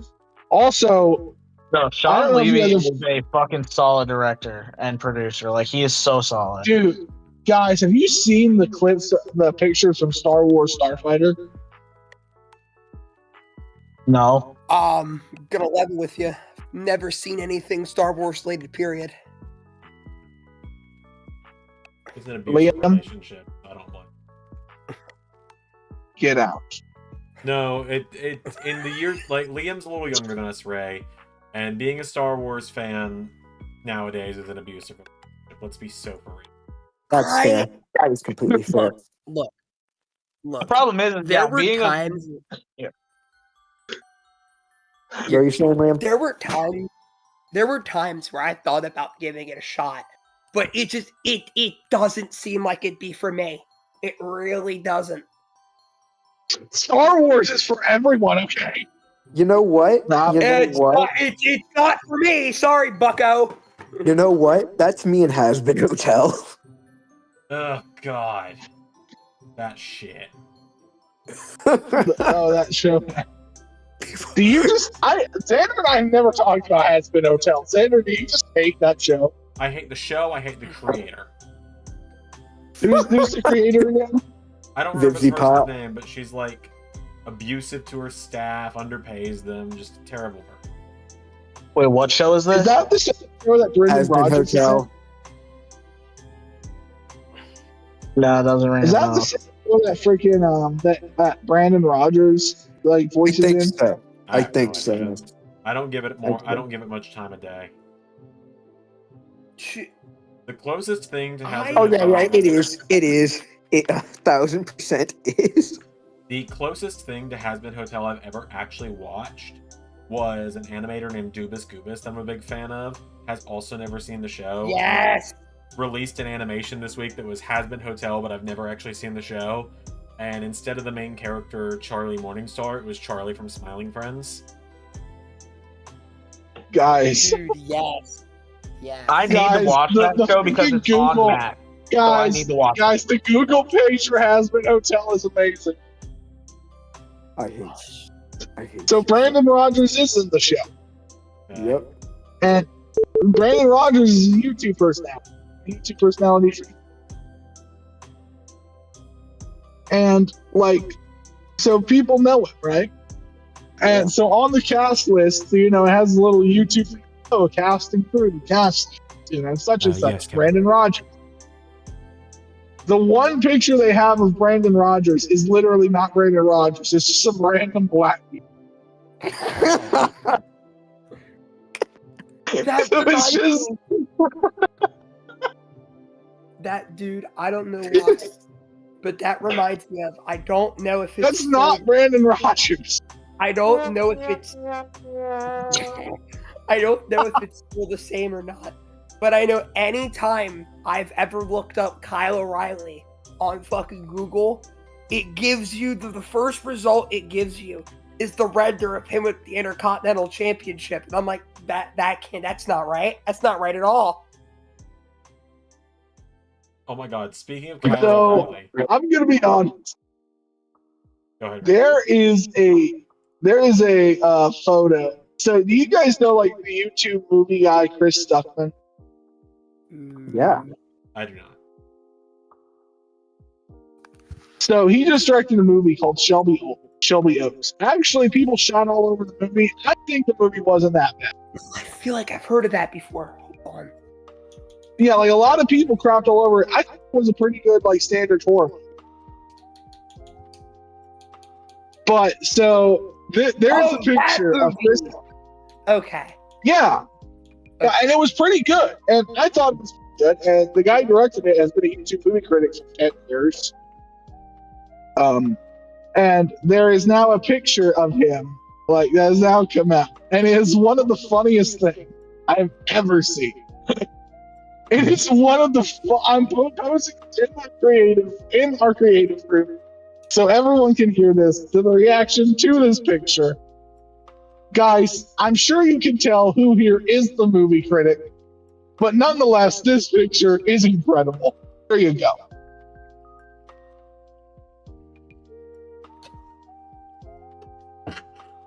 Okay, so I'm looking at the chat right now, and I'm seeing that Kevin asked, "Is indies and free agents the same thing or not?"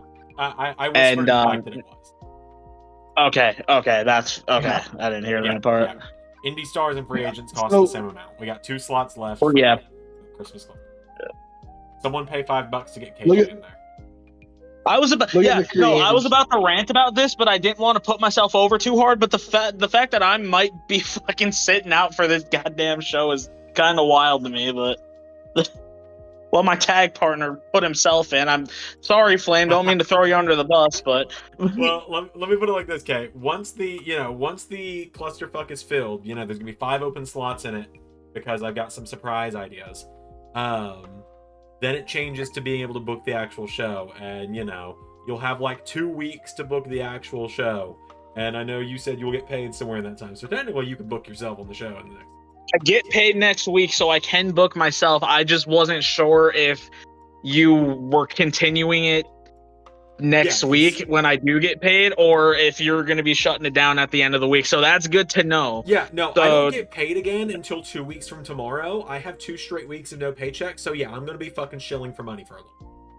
So, Absolutely fair. while movies are the topic, there is a certain movie I want to get your opinion on, Zander. I'm really curious because I haven't heard how you felt about it. Okay. How'd you feel about the FNAF movie? The first one, I fucking love it. Hemlock and I rewatched it the other day because we've got tickets to go see the other one, the new one tomorrow. That I do know about. I did hear about. I watched it. I watched it twice. I'm a big Josh Hutcherson fan. Have been since I was a kid. I love Josh Hutcherson. He did Ever great in the movie. since I saw. Zathura. Yeah. Yep. Zathura. Fucking Journey to the Center of the Earth was a fun movie. Again, not great, but not a great movie, but it was a fun movie. Also- Bridge to Terabithia was a Dude, great movie. I watched Zathura so much as a child. That Also- movie was on Cartoon Network. I shit you not, probably once every like 3 weeks.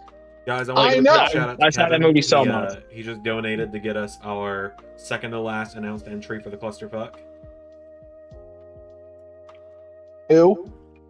Kevin just donated $30 for Caitlin to come out of retirement and be in the clusterfuck.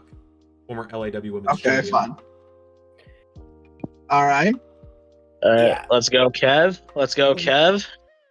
Do you guys remember like that one random scene in Shark Boy and Lava Girl with the It's been parents? ages since I've seen that movie.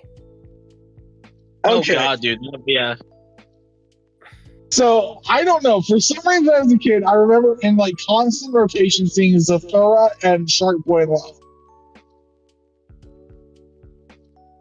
Like, so, but like, there's a scene in the movie where his parents are running to the school in Shark Boy and Lava Girl, and one of the parents is played by freaking what's his name? He's literally part of the channel.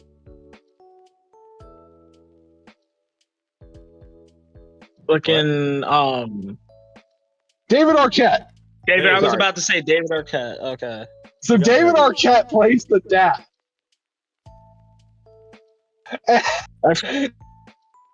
And the tornado starts. How do I not remember that?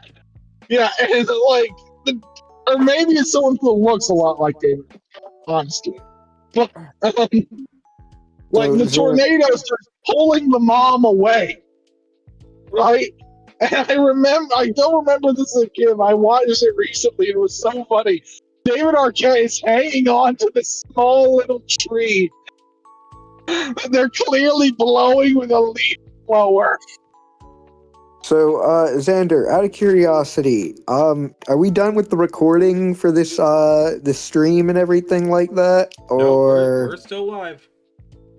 oh, okay. So you do admit that you record your pre-record your streams. Go fuck yourself. I got it to admit it. I got it to admit it. JT, I'm gonna get in the car and I'm gonna drive the fucking 600 miles to your house and I'm gonna go beat the shit out of you in real life. Coward. The next the fucking second ever live action Xander Mania is gonna be the main event's gonna be JT and Xander, and it's not gonna be a work. It's gonna be a complete shoot. Yeah, it's gonna be a shoot. And JT's probably gonna beat my ass because he's younger than me, in better shape than me. Xander, you have an advantage. You have the fucking car. Use it. Knowing his Look, hold on. Here's the thing. Okay. Than me, better looking than me, all those things. But you want to know what I have? Knowing his luck, the car will probably break down halfway through. Shut the fuck up. You No, shut the knowing fuck his up right luck, now.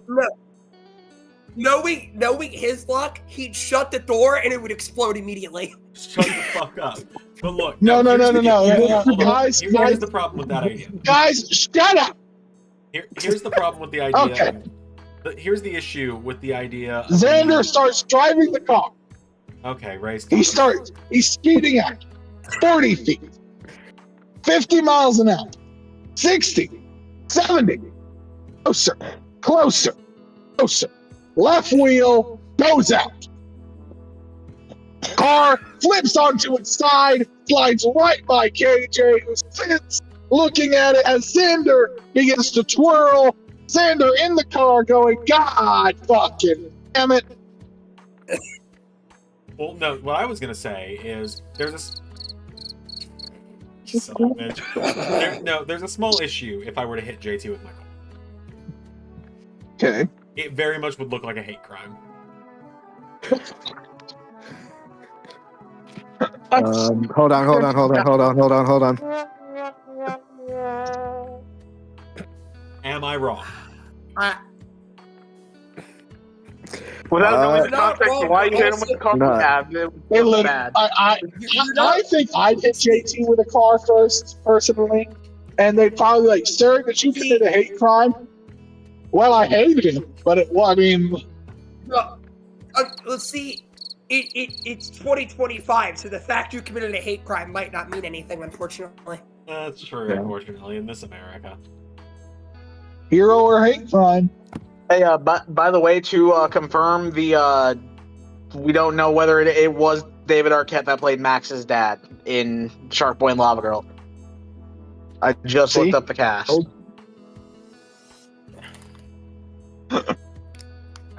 Fucking George Lopez was also in that movie.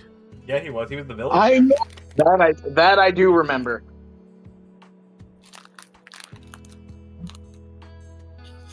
I remember minus the villain. Oh God. Oh my God. I just looked up a picture. I just looked at this actor. This actor must have fallen off the earth because literally all the pictures of him are still the pictures of him as the same shit-eating 12-year-old. That's hilarious.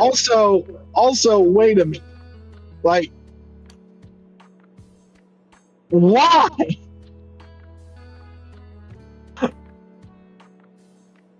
Was this normal?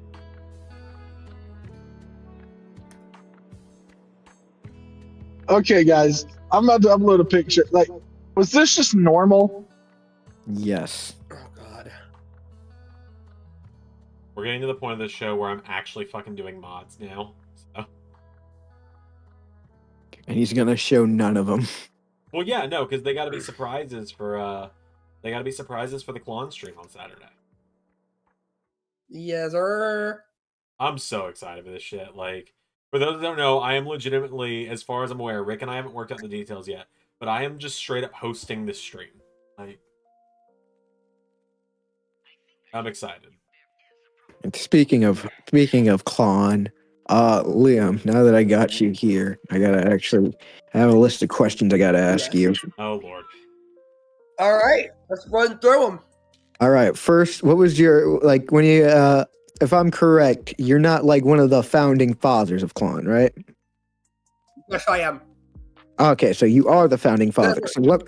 So what exactly was the process for coming together for Klon? Okay, so there was actually 5. There were 5 founding members. Right. It was me, Rick, Status, and 2 other people we'd rather not talk about. They don't go here. I know those people.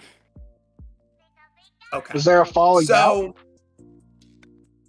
They weren't good people. They weren't good people. It is, yeah.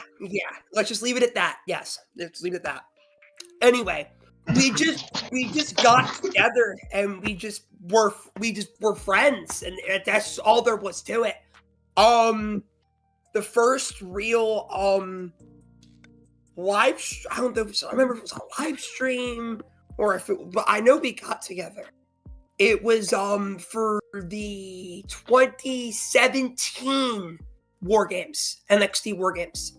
That's the that's the Klon-iversary. Wow.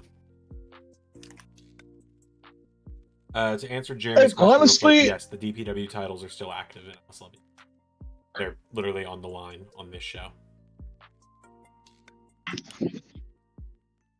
Go ahead, Ray. You were about to say something.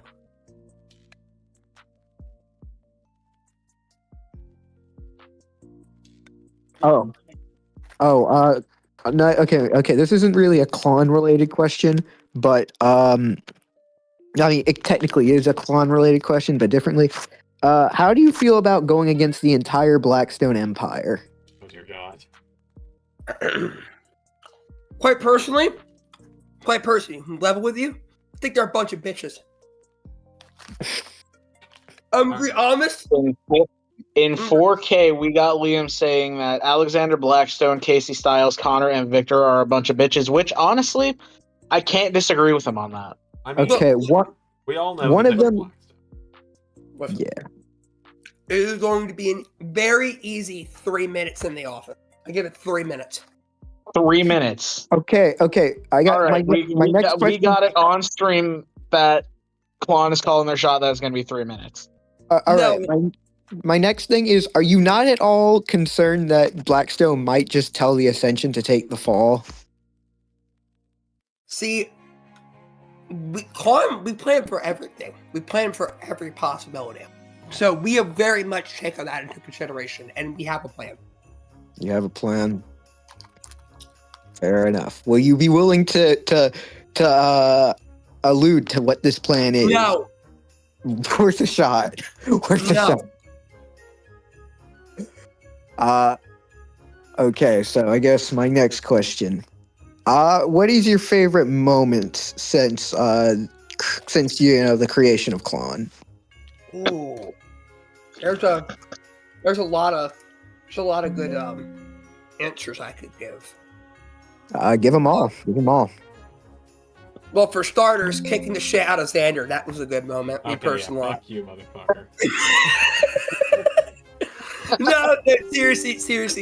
No, being serious here for a minute. Ooh. Well, obviously, the first get together is a highlight for me. I think when we got together, when we found out Rick was pretty much common, it's public at this point. But when Rick was in remission, we learned that was a highlight, 100%. Welcome back, right? And I'm gonna be honest here. This whole partnership's become quickly a massive highlight. Up until recently, I've just kept to that circle, and that's about it. This whole partnership has made me come out of the shell, per se, and just start talking to other people, 100%. Right. And I wanna clear something up, by the way.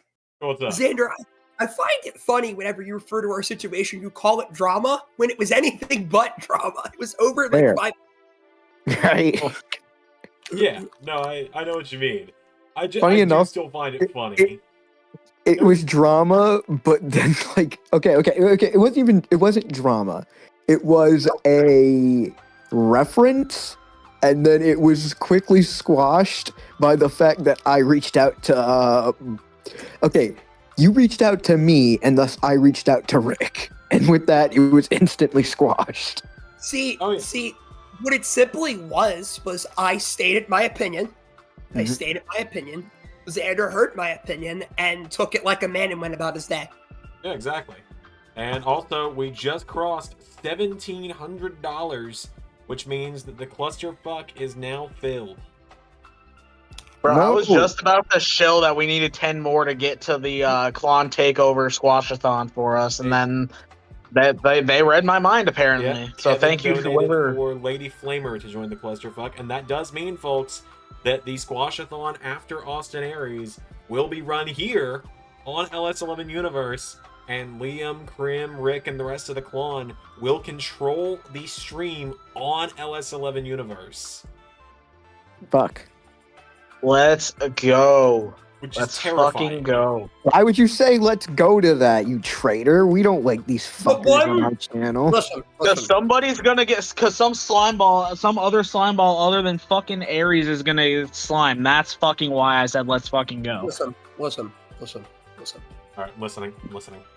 I will make this statement on behalf of Quan. Will there be jokes? Will there be moments where we poke and prod at Zander? Yes. But any in-ring, any LAW shit is LAW. There's no grudge here outside of LAW. All right. You Yeah. know what? I trust you on that. I'll trust you on that. And when it comes to controlling the stream, I'm usually the one that streams the Okay. the 2K and shit. Anything else everyone else in Quan does, that's on them. Can you guys hear me now? Yeah, we can hear you. No. I have not been able to speak for the last 5 minutes. Wait, the last 5 minutes you haven't been able to speak? Yes. Okay, that's the last time, I promise. Until the next JT, if you use that sound again, I will accept the hate crime charges. I won't correct you. Also, Flame Shadow asks who's joining the Klon, who's the fourth person. If hypothetically, let's say hypothetically we did have a fourth person, why would I say that? Why would I come out and say it? Because, you know, it could be a misdirection. That's why. You know what? You're right. My rebuttal to that, It's JT. fucking Hornswoggle. It's obvious. Listen. My rebuttal is very simple, JT. All right, you ready? Fuck you. That's my rebuttal. There you go. Oh man, that made me laugh harder than I should have. Okay, so the new donation incentives, JT's probably gonna want to listen to this, I'm sure. For the rest of Christmas Chaos, as we now have 1, 2, 3, 4, 5 matches announced. $10, Yeah. and you can add a singles match that features any indie or TNA wrestlers within reason, no champions, injured wrestlers, or TNA main eventers. Yeah, you can't put Jericho on there unless I'm like being generous and stuff like that. $20, a singles match or a tag match, and you can then upgrade to AEW and Ring of Honor wrestlers being on the card as well. $30 adds trios matches to the list with Raw and NXT wrestlers, same rules, no injured champions or main eventers. $50, you add a championship match of any kind to the show. $100, you add Ray defending the Grand Championship against someone, and every additional $100 adds someone else to the matchup, up to Ray having to defend against 8 people, or 7 people. So why am I just the ultimate? Like, Because it's the LS11 Grand Championship. I mean, are you not the champion of the channel? Like, is that not what you I are? mean, I'm just debating why if these fucking assholes give him money, why I'm just a whore for 7 dudes all. You know what? You've always been a whore for 7 years. We know You this. Zander, you know, I'm minimal and Yeah. You know what? don't even That's come like a here skill issue to me. talking that. Sounds like a skill issue to me. Yeah, I mean, honestly. I mean, I learned from your mother. I'm kidding. Shit. What's up? What? What'd you say? Oh my I god. learned from your mother. Things I have feel sorry escalated for you, here. Ray. You must have really low standards. I feel sorry for you, bud.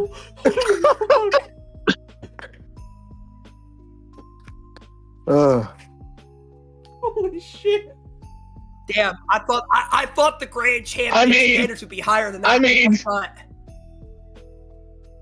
I mean, I must not have the lowest. I must not have the lowest standards on the channel. We all saw Zander's X. Brother. Oh my gosh. All right. We lost. Shit. All right. Chat. Like, Flag on the play, Mr. Wood. Involved terribly. Hold up. I didn't fully get that. What'd you say?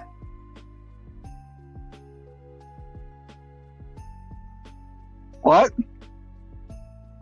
I didn't fully get what you said. What did you say? I didn't hear you fully. I was asking you to I repeat said yourself. I clearly don't have the lowest standards on the channel. I mean, we all met Zanders. Oh. I hate it here. He. I hate it here. You guys are gonna get me so fucking sued by her. You love us and you know Oh, it, Zander. here's the thing. Even if she finds this clip, Hold up. here's the if she finds this clip, here's the okay, fine. Here, all right, honey. If you find this clip, fuck you, bitch. Never liked you. Go fucking go in a hole and stay there. I mean, to play devil's advocate, Someone should here, put you in a damn box going down the river. Oh my god. What do you- Oh, not the Chris Farley reference and everything. Okay, all right. I was gonna say, what are you gonna get sued for? Opinions? Fair enough. This I mean, if she can sue me for an opinion, I could sue her for looking like Mindy fucking Rich. this went very left field. We were talking about You know the what? I grand love it. championship. Yeah, for a we were minute. talking about the grand championship. Then I got caught in the crossfire here. All right, You know the what? grand championship. You know what? Maybe, just maybe this is how Quan and Zander buried the hatchet. We got a hand. There's a common enemy. I don't even consider her my enemy. I just consider her someone I don't want to fucking deal with anymore. I do. Look, this is the most dirty laundry I'm gonna air, okay? Right? Like, we went through a long rough patch, and then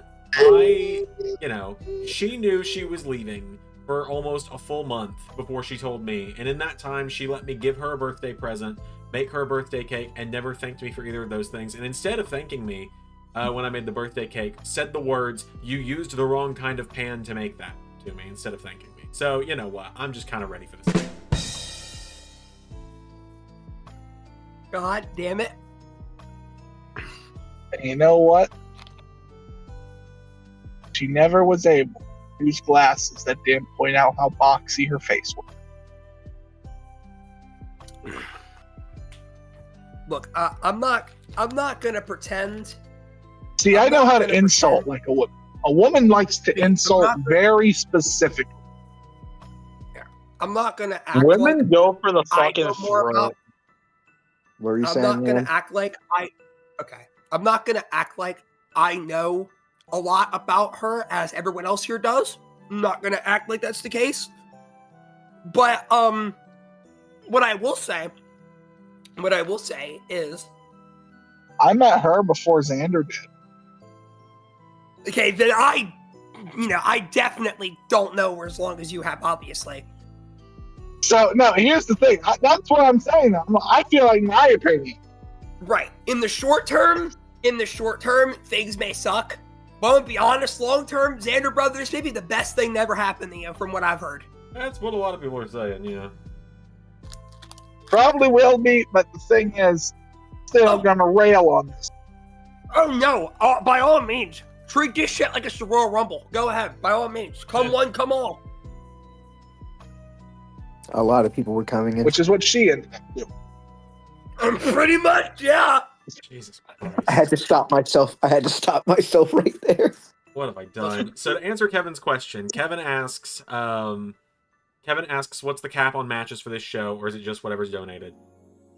It is whatever is donated. It is all Doc, and I fucking don't know who for color because JT's on the card.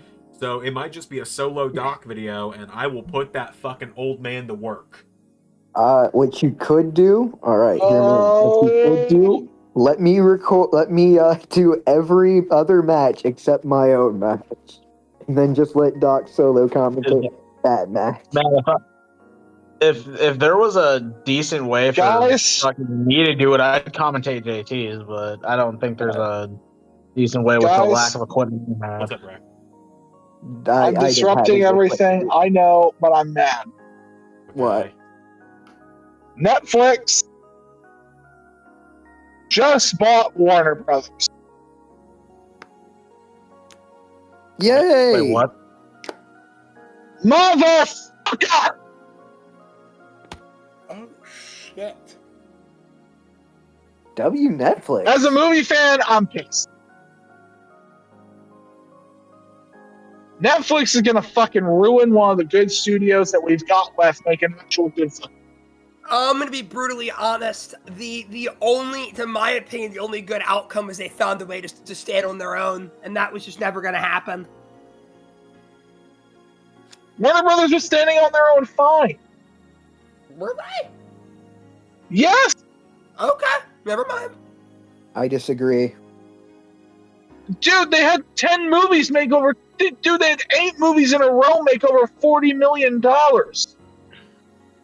Name half of them. I saw all of them. He got you there, JT. I'm going to be honest with you. You saw all of them, but can he name them? Sinners, Superman, Weapons, one battle after another. Now name the leading actors for each and every one of those movies. Michael B. Jordan, Josh Brolin, Flame, what do you mean? David Cornsweet. Leonardo DiCaprio. Duh. Now name the overarching plot for each individual movie. JT, shut your slutty mouth. So to look over the chat here, Flame is asking what the tags are on Rick and Krim. I had to remake them myself, so they are not on Community Creation because they are on Next Gen. I know Flame is on PC, so yeah. And I have not uploaded them because I couldn't be bothered. Rick and Krim are very strict on who have their cause, so I'm very glad you didn't do that. Yeah, well, one of my characters to upload, so I wasn't gonna just do it. Excuse me. Because we have experience. We have experience in the past with people who have downloaded cause or used like recreations of said cause to do like stupid shit with them. People we didn't like. So a real united front we are together here. They really are. Look at us. Who'd have thought? Oh. Liam got that reference. Liam got it. I'm not the one you gotta worry about. I would tread lightly on that. That's not even who I was talking about. It wasn't. I'm not. I know it wasn't. I know it wasn't who you were talking about. But I know it's some people who were. I knew there were people who also applied in that situation. Yeah. But yeah, regardless, it's no. I'm on Next Gen. That's I've been on Xbox since 2011, 2012. I only stopped periodically. You know, when I moved to PlayStation there for a little bit, and then lo and behold, everyone else in the group had an Xbox. So I'm like, yeah, no, fuck that. And the only other PlayStation user we had in the group was kind of a fucking dick, and I didn't really like him. Also, like, so when you guys heard the announcement about the early developments for the PlayStation 6, Yes. like, did you guys get the vibe? Like, and I want to know, like, I'm like, whoa, already? Like, I don't know. It feels like the PS5 never even really arrived as a generation. I fully blame the pandemic. The pandemic played a major part in it. It did. I agree, but I feel like we never even made. I feel like the PS5 was so priced out, and the price never quite came down for the general public. Huh? I said, yeah, trust me, I fucking know that. Because like the PS4 had a price cut halfway through, which basically doubled the player base.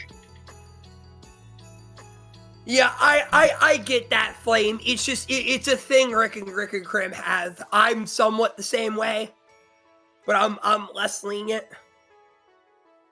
And in my mind, like at this point, how much further can next gen go? Why, like at a certain point, like Zander. I'll let JT see what he was gonna say first. Sorry, I was going to say, Zander, can I pay $10 for you to smash your gaming setup right now? No. like at a certain point, you can only put so much digital definition on water drop, right? At a certain point. I think the future of console gaming, because I'm not even gonna pretend like I know about PC gaming. That's y'all's forte. Well, Zander at least. So but if you want, but here's the thing though. I think people's like opinion about console gaming is way overrated and way over.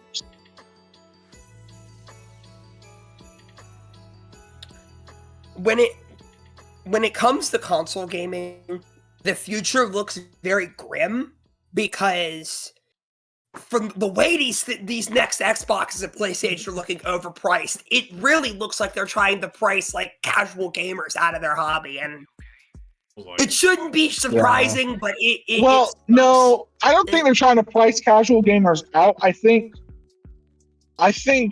don't think their express goal is to price people out. I don't think that's the idea. I think the idea is let's see how much we can make from these people. We'll see how much we can pull. And like, out of curiosity, who's everyone's favorite pirate here? Everyone's favorite what? Who's everyone's favorite pirates? I'm just curious. Pirates? Yeah. Jack Sparrow, next question. Yeah, I mean, Jack Sparrow. I kind of have to say,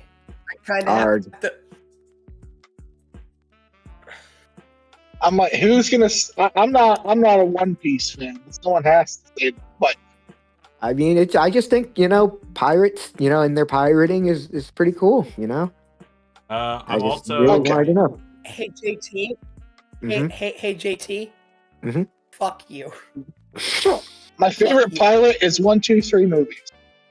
I was fucking about to say like the emulation website I use.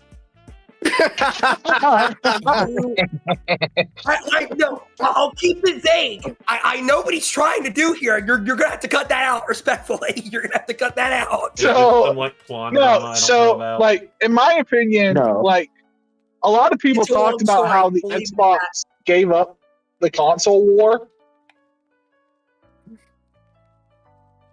Okay. Like that's been like a real topic in gaming circles is the Xbox kind of giving up the console war to Sony.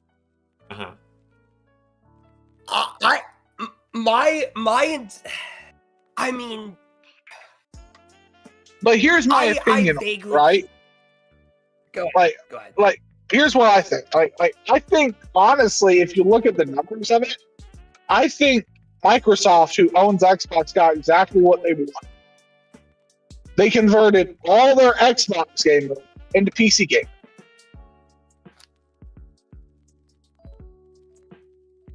and the few who they didn't convert went to PlayStation. So now essentially there's a console brand and a PC. Microsoft owns the PC side of the gaming market. Sony and Nintendo split the console. I mean, yeah, pretty much. I've always, not really always, it's more of like a newer take I've had. I just think the consoles minus some differences are the fucking same. That's just, when it comes to basics, they're the fucking same. They serve the same purpose. Yeah, I am also a console gamer. The only, thankfully, my tag partner Flame, he's the PC guy, so he was able to get our characters made and send them over to Zander. Flame, you're the fucking goat for that, by the way. I just wanted to say that. But go ahead. I'm finished. That was kind of just my point. Oh, okay. I made myself for Zander. I was originally gonna make all three, me, Rick, and Graham. I got it. I hadn't used that Xbox One is fucking ancient. My Xbox One is ancient as hell. It is. I never really realized. Then let me use it. I upgraded. I mean, if you want the broken down piece of shit, you can fucking have it. It's not. Send it to my address. Send it to my address, man.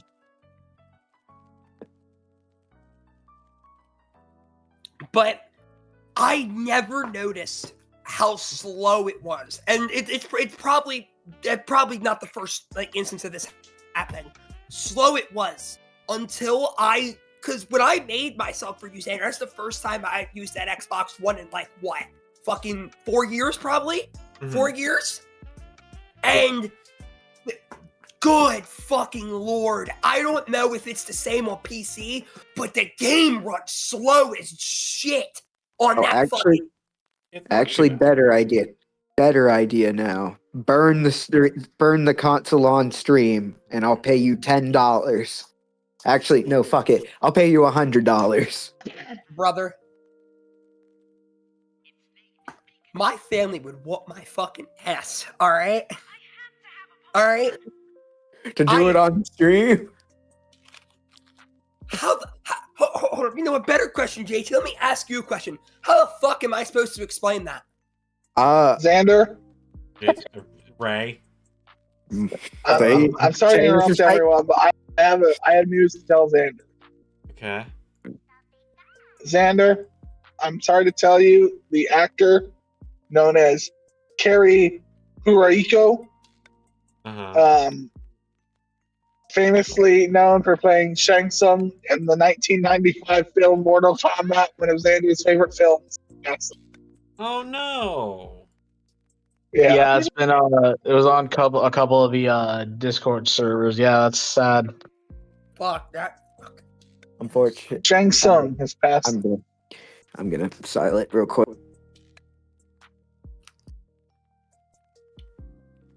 He's gonna go cry in the car. Don't blame him. I'd do the same. Yeah, guys. In case you guys don't know, Mortal Kombat 1995 is one of Xander's favorite movies. You say that, you always say these things like I'm gonna get so embarrassed by it or something.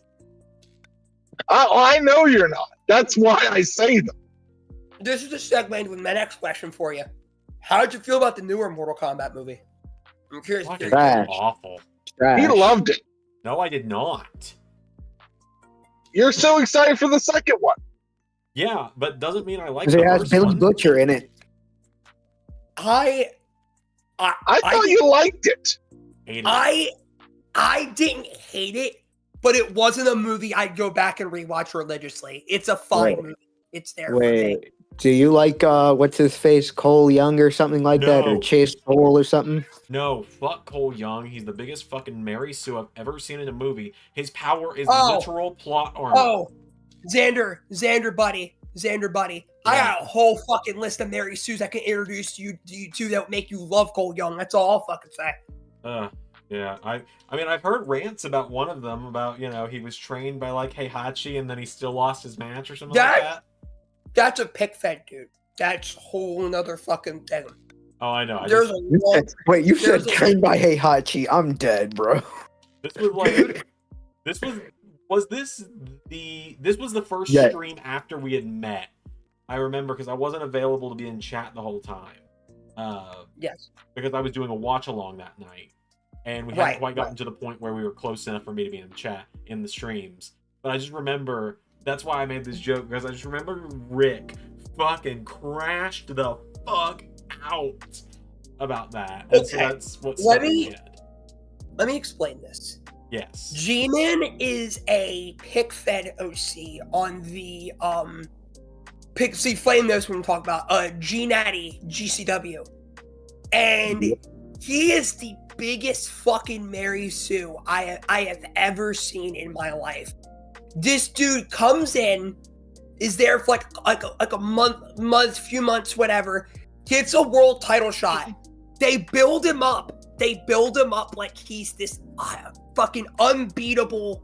I wouldn't say unbeatable, actually. Like he's got this underdog fucking thing because he's fighting Will Ospreay, and in training for Will Ospreay, he fucking meets Heihachi, and that's who fucking trains him is Heihachi. And I could give you a bigger Mary Sue in wrestling. It's just like literally dude, everyone has aged out of knowing who the fuck. you probably could. I'm talking people I've seen or know personally. Okay, so All right, you could just say my name right now, Liam. Old Man Ray is about to come out. Oh, dear God. There was a wrestler named George Goulas. Who? He was the son of the famous promoter Nick Goulas. Nick Goulas got notoriety from being one of the original promoters in Tennessee wrestling, and helping and eventually being Jerry Jarrett's business partner in Memphis. Really? Oh, so this dude is Timu Jeff Jarrett then. So he was Jeff Jarrett before Jeff Jarrett. That's not a good sign to be a team of Jeff Jarrett. And Jeff Jarrett's the way he is. No, so what happened was, so Nick Goulas' son, George Goulas, becomes a wrestler. Of Nick's towns, which George is being the top guy in, no one comes to. And business is down. Nick's refused to see how George is part of any. So, but he's not in the towns that Jerry Jarrett runs. So that's Memphis, Louisville, Kentucky, a few others. And Jerry Lawler is top guy in those towns. Literally, like a wrestling war happens because they're trying to insist Jerry Jarrett use George Goulas. George Goulas got paired with some of the biggest wrestlers ever at the Territory Days when he first came in. He punched her. He got an NWA title match against Harley Race. And apparently, he said to Harley Race in the match, "Daddy said sell." Oh, brother. I would have been Well, like, he- okay, you sell, and then rocked him.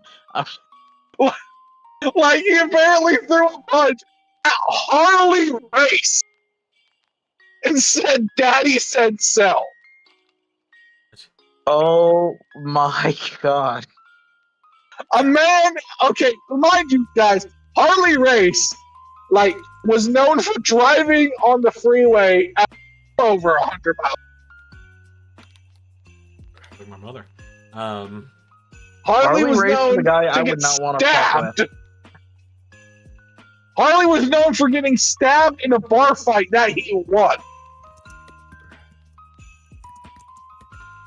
Sounds like me.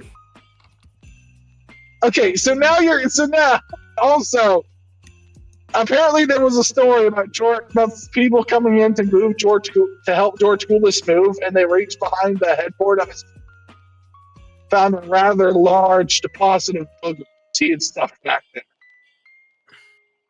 Just to answer Kevin's question real quick, no, Chris Danger would be fine to be paid for the thing for stuff. You can book Chris Danger.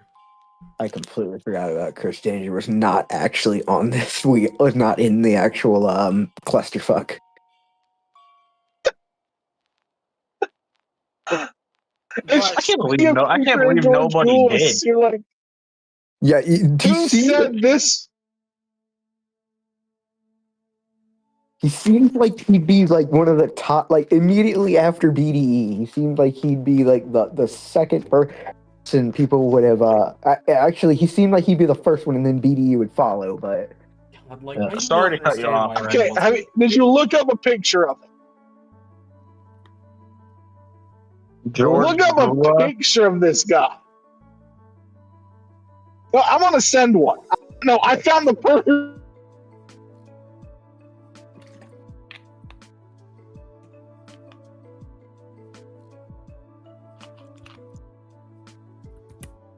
Oh, good God! Yeah, no, I'm quitting if I'm getting put against that dork.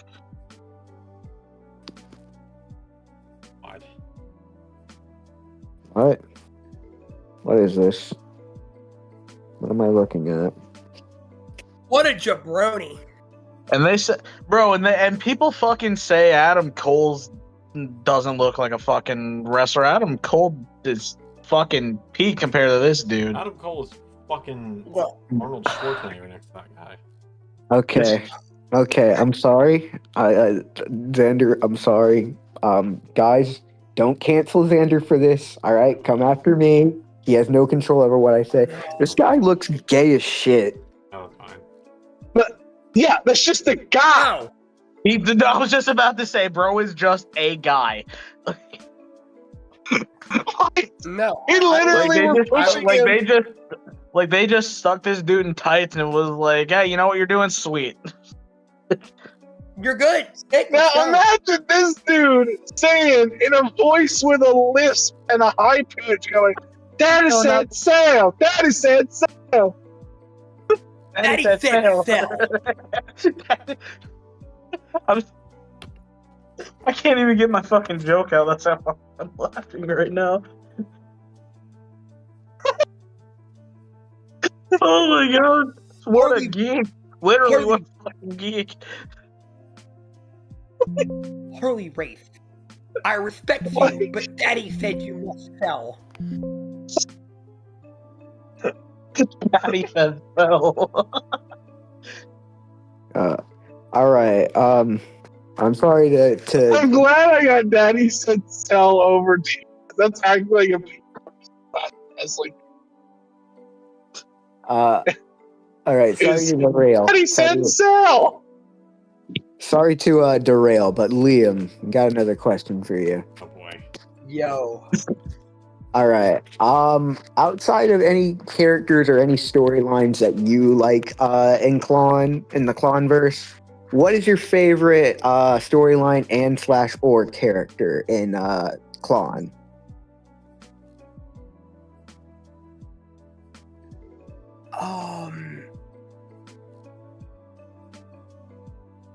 I may be going a bit stupid here. Rephrase the question. What exactly are you asking? So like, you know how like Rick does RCCW, and you know like Krim has like Rocker Entertainment and everything like that. Like Krim's main things are SWA and FXWF. Yes, I get your point. Continue. Yeah. Like, you know, in that whole kind of circle of, you know, Clon based, like, you know, what's the word? Wrestling. So like outside of that sphere. Outside of that sphere, like who's a niche character I like. Oh, okay, that makes sense. That's a tough one. I think Nate, he's in the server. He doesn't show up around the streams and shit much. I think Nate has a lot of really underrated characters. I think his league doesn't get as much love as it should. I think Nate's really good at what he does, booking wise. Well, just in case, just for our viewers at home that aren't familiar, what's his league called? IWA. IWA. Guys, give IWA a follow. Yeah, Nate puts in a lot of effort into his stuff when he can. Him and his brother Ben. IWA You- was the name of the promotion that Randy Savage originated. Yes, I've heard a lot about IWA. Macho Man. I just Man. love how in this community, like, we all like hype each other up and like put each other over. Like, that's just Well, makes it such a great community to be in. My thing is the way I am, and I'm this way with Quan too. I'll hype you up, but if I think something you made in general wasn't good, I'm not gonna sit there and lie to you, because I wouldn't want anyone to lie to me. That's how I am. I wouldn't want anyone to sit there and tell me my stuff is good when it's not. Yeah. It's very disingenuous, and it's not something a friend would do. Well, yeah, No, yes manning somebody just breeds complacency is what my Absolutely. opinion on that. Yeah. Like the other night when I'm gonna be very vague about this, when Zander came in the server during Survivor Series, near the middle tail end of Survivor Series, with an idea. I'm like, I don't know. I think we could do something a little different here and fix it. And I pitched it. Yeah. Yeah. No. My thing is like if we're in a creative meeting and I pitch something and it's not good, tell me it's not good or tell me what can be fixed. Don't just say, oh well, yeah, that's good, and then tell me months down the road, yeah, I thought it wasn't good. Why didn't you tell me when I pitched it? Absolutely, Yeah, for 100%. The whole point of a damn creative team is, give honest and differing opinions. A creative team where everyone has to say opinion, but what the fuck's the point then? What's the point? Zander and Ray just book the fucking shows themselves at that point. Yeah, we used to, and it was not as good. Well, yeah, because usually when you just go with the first thing that pops into your mind, it's not great because there's always things that can be tweaked. You might have a good idea, but other people might have that idea of like, okay, well, what if we do this? What if we put this piece Absolutely, yeah. That was literally what happened the other night. Like I said a few minutes ago, that's exactly what happened. Yeah. I am scrolling back now because, Liam, I genuinely do not remember. You said this was the night of Survivor Series? Would you like me to DM it to you? I have scrolled all the way back up to midnight on the 30th. So now I'm looking. Let's see. Here. I got you. Thank you. I do not fucking remember what I was talking about. Because, it was one of those nights for Zander. It's been one of those nights for 17 days or so now. Well, do you remember that? Well, do you remember the nonsense we were watching while we were trying to have that creative meeting? Like, I don't blame them for zoning out on anything that happened that fucking night. So, Zander, can we get to your thoughts on black people? I think they're great. Oh boy, black people are fucking awesome.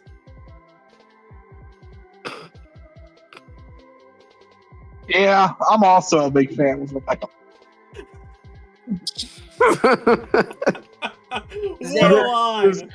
Ray, I don't know if I would assume Ray probably remember this, but do you remember Kurt Angle's promo from New Year's Revolution 2006? That's the one. Now I remember. No.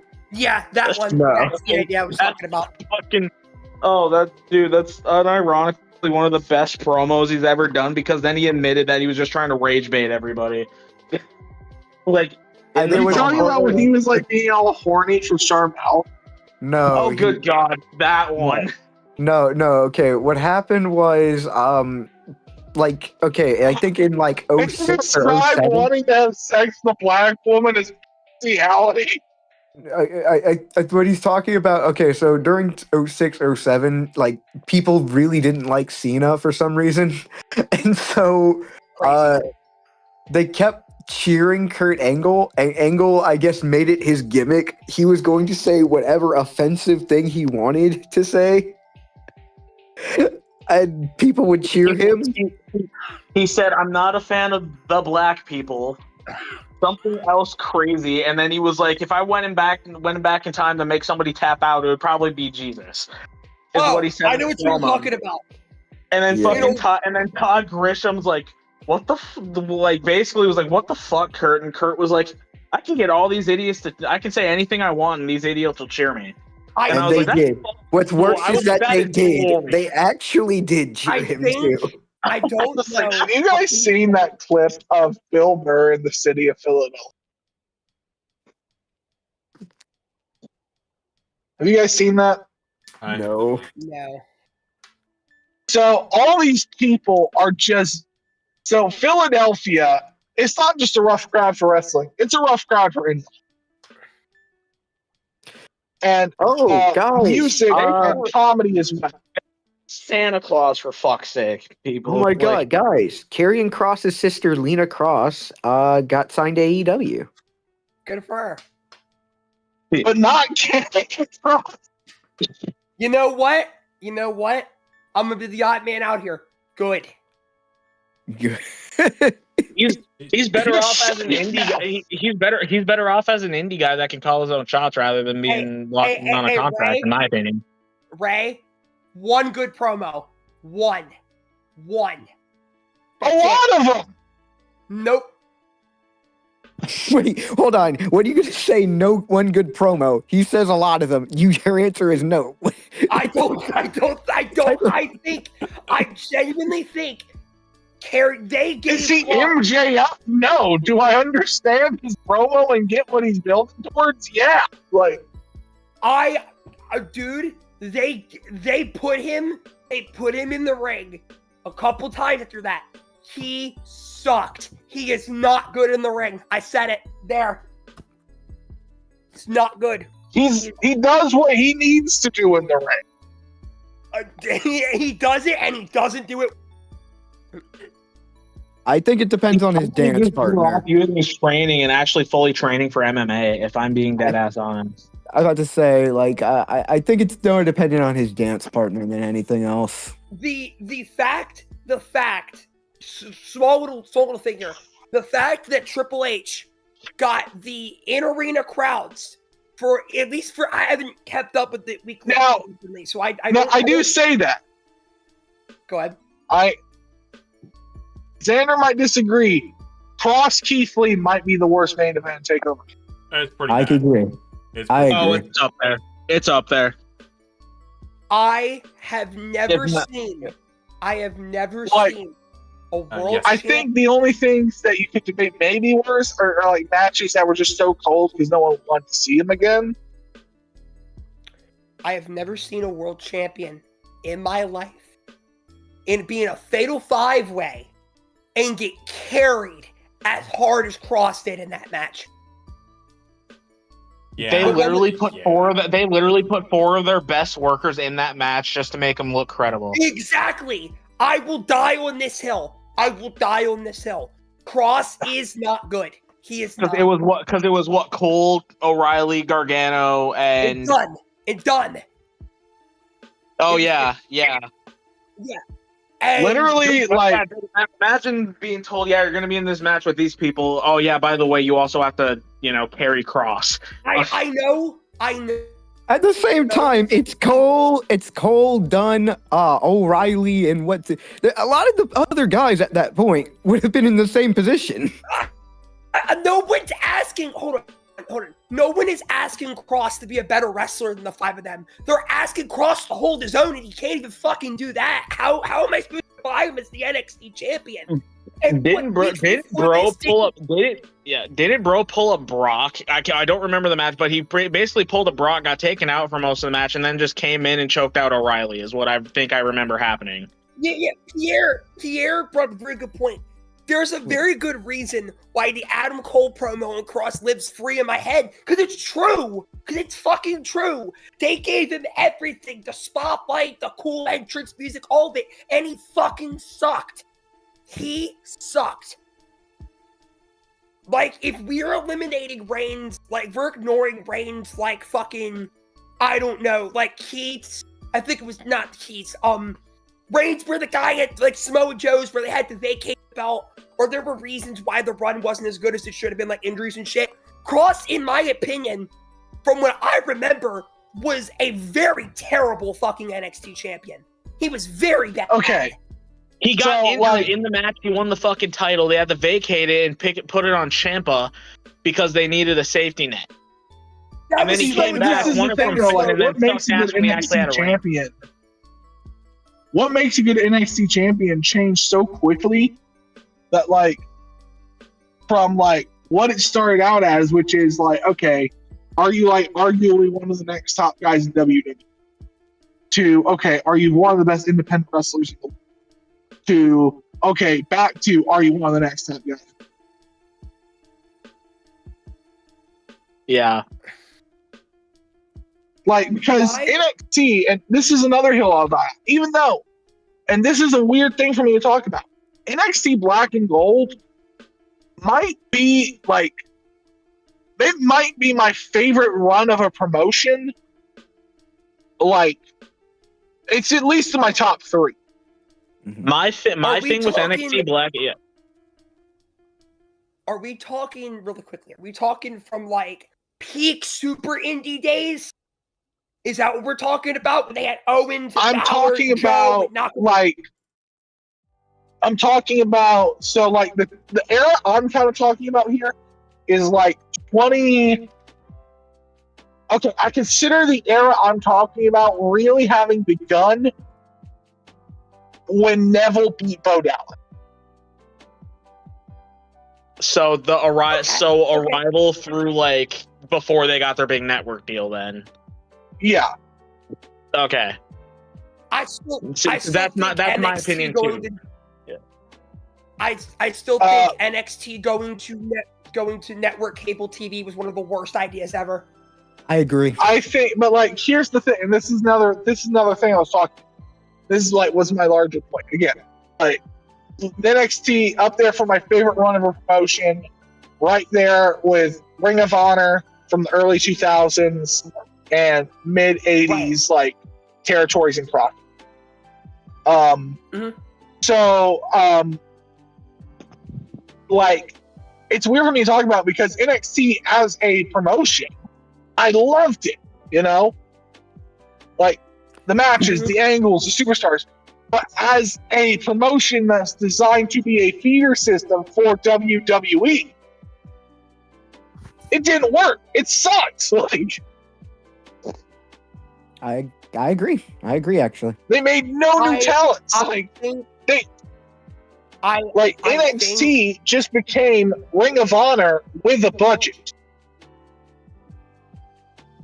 And I'm going to be honest, that was the best direction for NXT. And No, I it think wasn't. a major reason... Because NXT is supposed to be a developmental. Yeah. Yeah. NXT never made money as Black and Gold.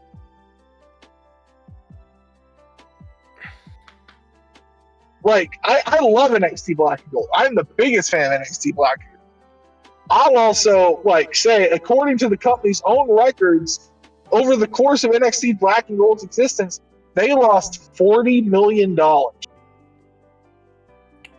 That's because, again, it's because they had a fucking creative team that didn't know what the fuck, because, God, we're talking, what, 2014 to, like, 2019? No, they creative lost in general. $40 million not just on the promotion of NXT.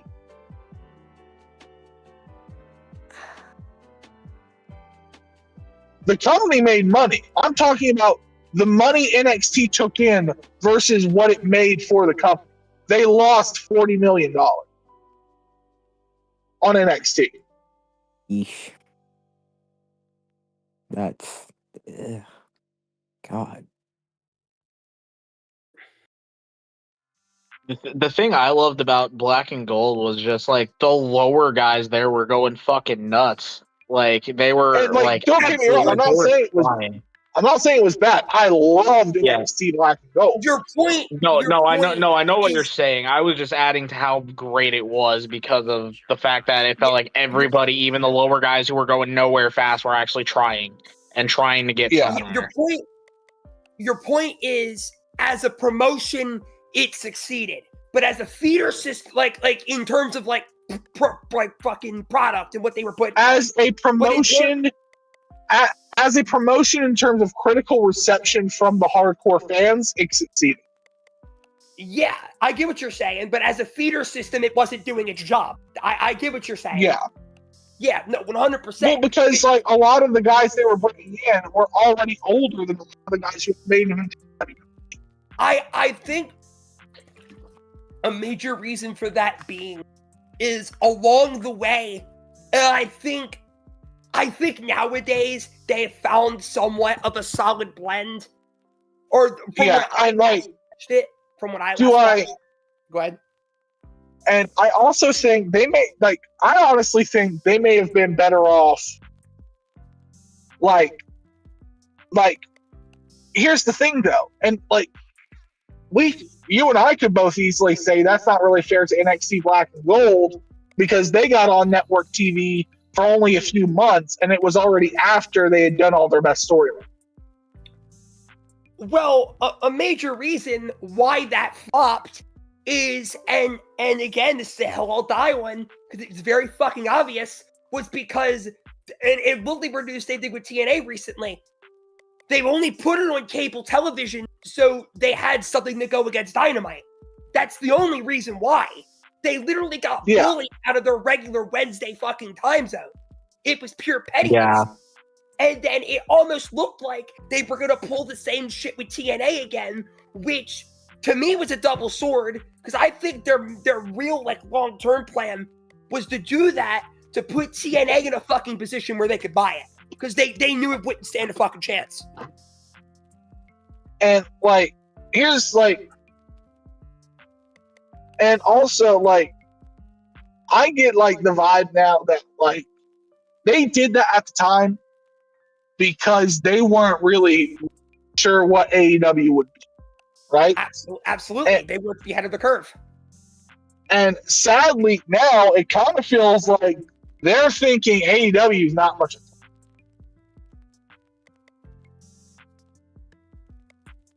Nowadays, it feels like TKO in general when it comes to WWE. They don't give a shit. They already know they're number one. It feels like they don't care, and sometimes Triple H might just kick them for fun. I remember a quote from the chairman of TKO, one of the executives, who outright said Vince McMahon never properly priced these shows, and pretty much that's what the reason the price hike was to get more money out of the consumer. Which I entirely disagree. And here's the thing: I'm not trying to say.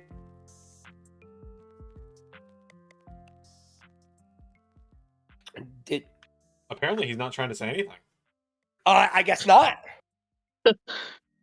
I had a feeling I know where he was going with it, and I, to an extent, agree with him. Okay, so here's...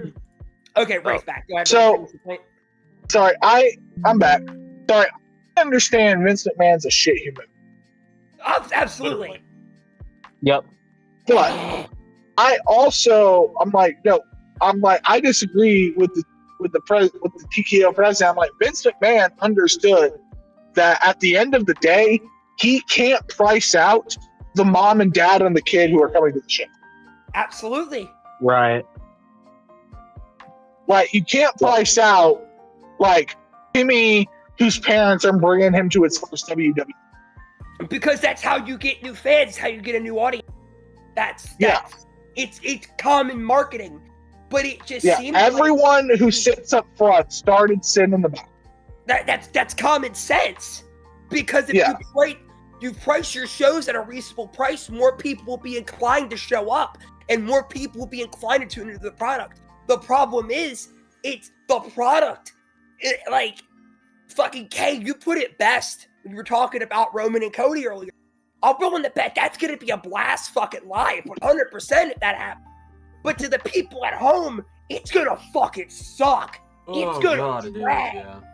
It's going When to Roman and Cody happens again, I'm like, oh my, like, because their characters are, neither of their characters are at any new place that makes that feud interesting. I'm going to say, listen, WrestleMania 40, one of my, peak Cody mark here talking, so no shit. WrestleMania 40 is a great, great orgasm. But hey, you gotta stop talking about the wedding night and start working on that. I was Mania 40 was a great moment. But I'm gonna be brutally honest here. Using hindsight, knowing what we got, brother, there should have been one fucking match and Cody should have won, and that should have been been it. Yeah. I disagree. All right. I think you need to have Cody lose. I think you need to have Cody become the leader of the locker room. I think you need to have Cody as the consensus new top guy before he won that belt. And okay, to that extent, that year Cody was on the roster was needed, so it didn't feel like Cody was like that year was needed so Cody could make the belt and the belt not make Cody. And that's fair. That's a very fair argument. Here's the issue. I would love if the story they had told after that was that. That's not why they did it. The only reason why Roman beat Cody was so Roman could break the record. And you could tell that's why, because neither one of their characters went fucking anywhere after that.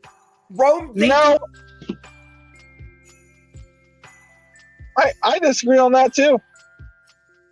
Okay. Because I think like you needed to have Roman win and the Usos lose because that begins the erosion of the bloodline, right?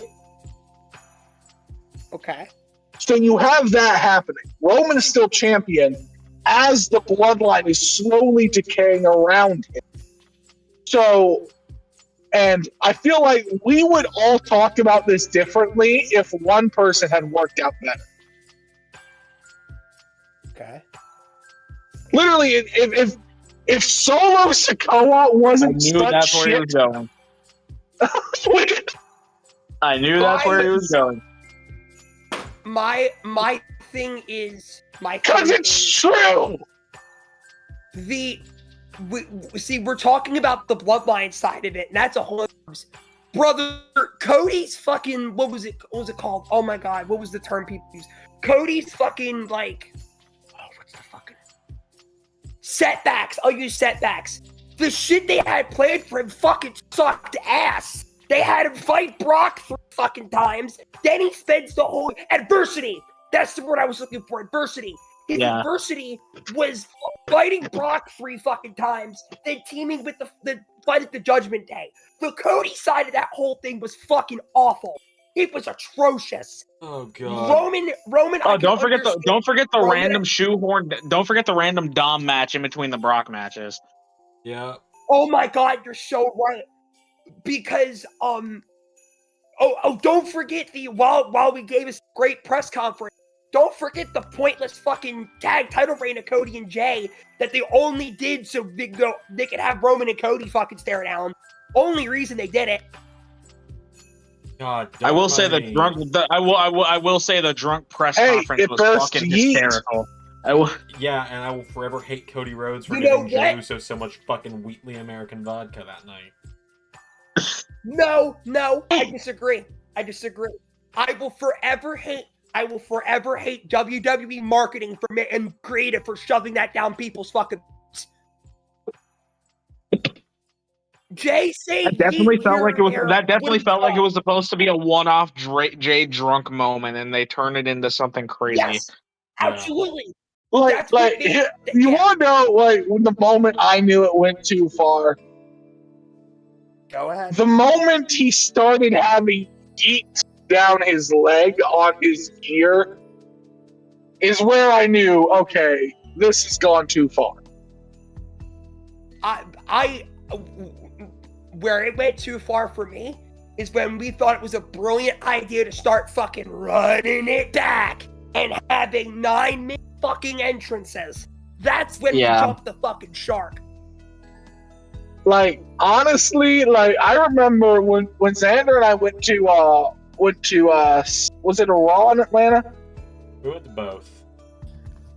Yeah, we went to Raw, and Jey Uso came out, and he did his entrance, and for the first 2 minutes, it was really fun. And it was like, okay, let's get to the promo. And then he kept going. That's the problem. That's the problem, because and then they went to commercial. But while everyone else was at home with the commercial, we were in the building still eating. Dude, bro, because all 2025 Jey Uso is an entrance. See, there's only one reason. There's only one reason why I am glad Cody Roman 3 is happening. One reason, that's it. Because it's not Roman. Because I don't have to see Roman. Yeah, that their last match was fucking dog shit. It was bad. It was really fucking bad. And you know what? Just thinking about it, I just realized what Jay's Mania direction is gonna be. It's gonna be Jay versus Sammy, and that's gonna fucking suck. Like, you want to know something else I'm thinking about? I think about, like, why didn't they ever actually try to do a single thing with Jimmy? And I know it's because of his DWI. I know it's because of his whole drink that he had, right? Right. But here's the thing, right? I feel like Jimmy Uso drunk is still probably better in the ring than Jay. So I can't pain for this when they announced Saturday night's main event, the one where that Cena was going to be the one where he fought Truth. I think Cena should have put the belt on the line against Jimmy. Nobody expects Jimmy to win. Nobody expects fucking Cena to put him over, but it would be a fun little single showcase and a test to see what he could fucking do. And compared to the match Jay had on that card, I bet you it'd be infinitely better. Here's something I have. Like, what if after WrestleMania 40, what if Jimmy Uso immediately Cody? And Solo is more of like they did more of a slow build, even though in hindsight they shouldn't even try Solo. Like how I started out saying I don't see much in this guy. Think he's going to work out that. And everyone told me I was right. That Solo is going to be this great main event attraction. He's going to be a great main event heel. I should just wait and see. Ray, why don't you put him in the 6? He's a great addition to the group. And then, I turned out right. Here's the major reason why you did. There's two major fucking reasons. Go ahead. He worked in the 6, Ray. I'll give you that. He worked as Cody's silent, brooding muscle. That was all I wanted him to be. And that was your suggestion, Zander. And it worked. My thing with Solo is when they brought him to the main roster, they stripped him of his personality. They stripped him of everything that made him stand out and was enjoyable on NXT. Then they made it worse. When they had him squash John Cena and then, not win a match for like months? Oh my god, yeah. Also, can we talk about how people are saying talk about how people don't put people over? Like, here's the thing though. You can have someone beat you and still not put them over. Absolutely. True. John Cena has been beaten by Austin Theory and Solo Sikoa. Yeah. He lost to Austin Theory at a WrestleMania. A title. His second to last WrestleMania match. God. And it didn't mean shit. Because Genuine question. go ahead. When Xander. was John Cena's last meaningful WrestleMania? What was it? 2015. 10 years ago. 34. I think Squash Taker match. No, 31. I liked the build to the Taker match. I think, like, honestly, if they had just, if Vince had just given them 10 more minutes, people would have think about that differently. The build was solid. It was Taker missing a boot by 10 fucking feet that ruined that for me. I thought the build was great because I was like, I thought it was neat. Actually, I'm gonna change my answer. The last Cena WrestleMania match that was good or meant anything was 31. Cena's last important, meaningful WrestleMania, arguably, Yeah, that was my answer. 29. I'd say 29. The Rusev, the Rusev match was awesome. No, important, as in like it fucking Rusev. The man came off the tank. Look, I have very different opinions of Rusev than I did back then. I do not like Rusev. He just does not move me anymore. No, that match is awesome. Wrong. No. You're You're right. wrong. That match is awesome. Historically significant. Hold on. So wait a minute. If I'm wrong, then you're wrong. Because I think the match is good. I think it's a good match. You're not wrong there.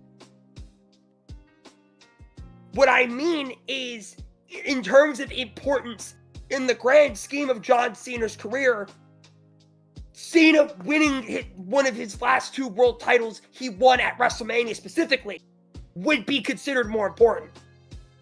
Does it make it better? No, I disagree. I still disagree.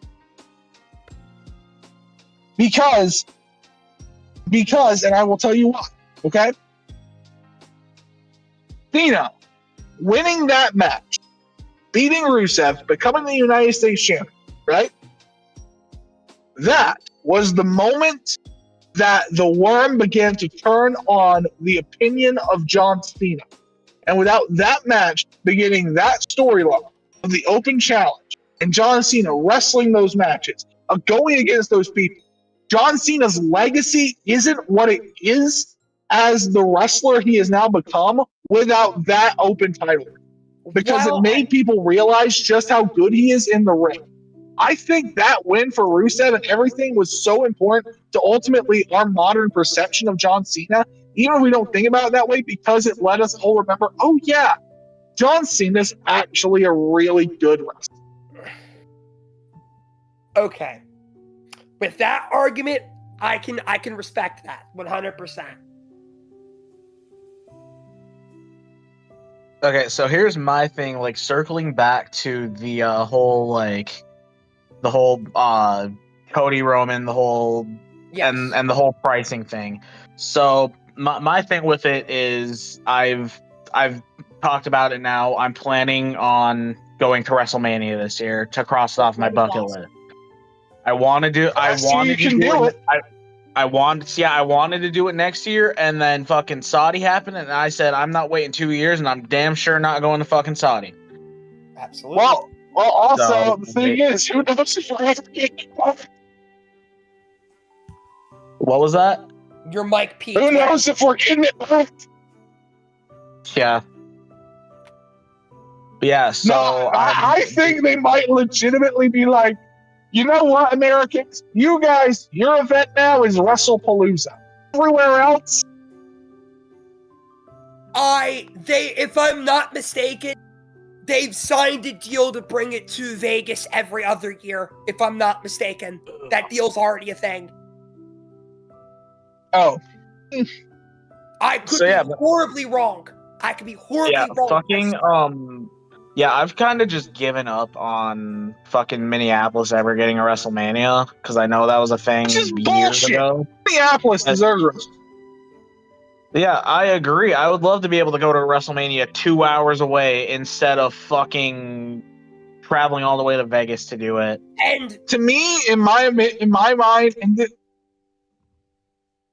they really quickly, I just remembered, they signed a deal, I'm pretty sure, to bring WrestleMania to Indiana at one point. That could be horribly wrong. Could be horribly wrong. Could be misremembering. They did? Okay.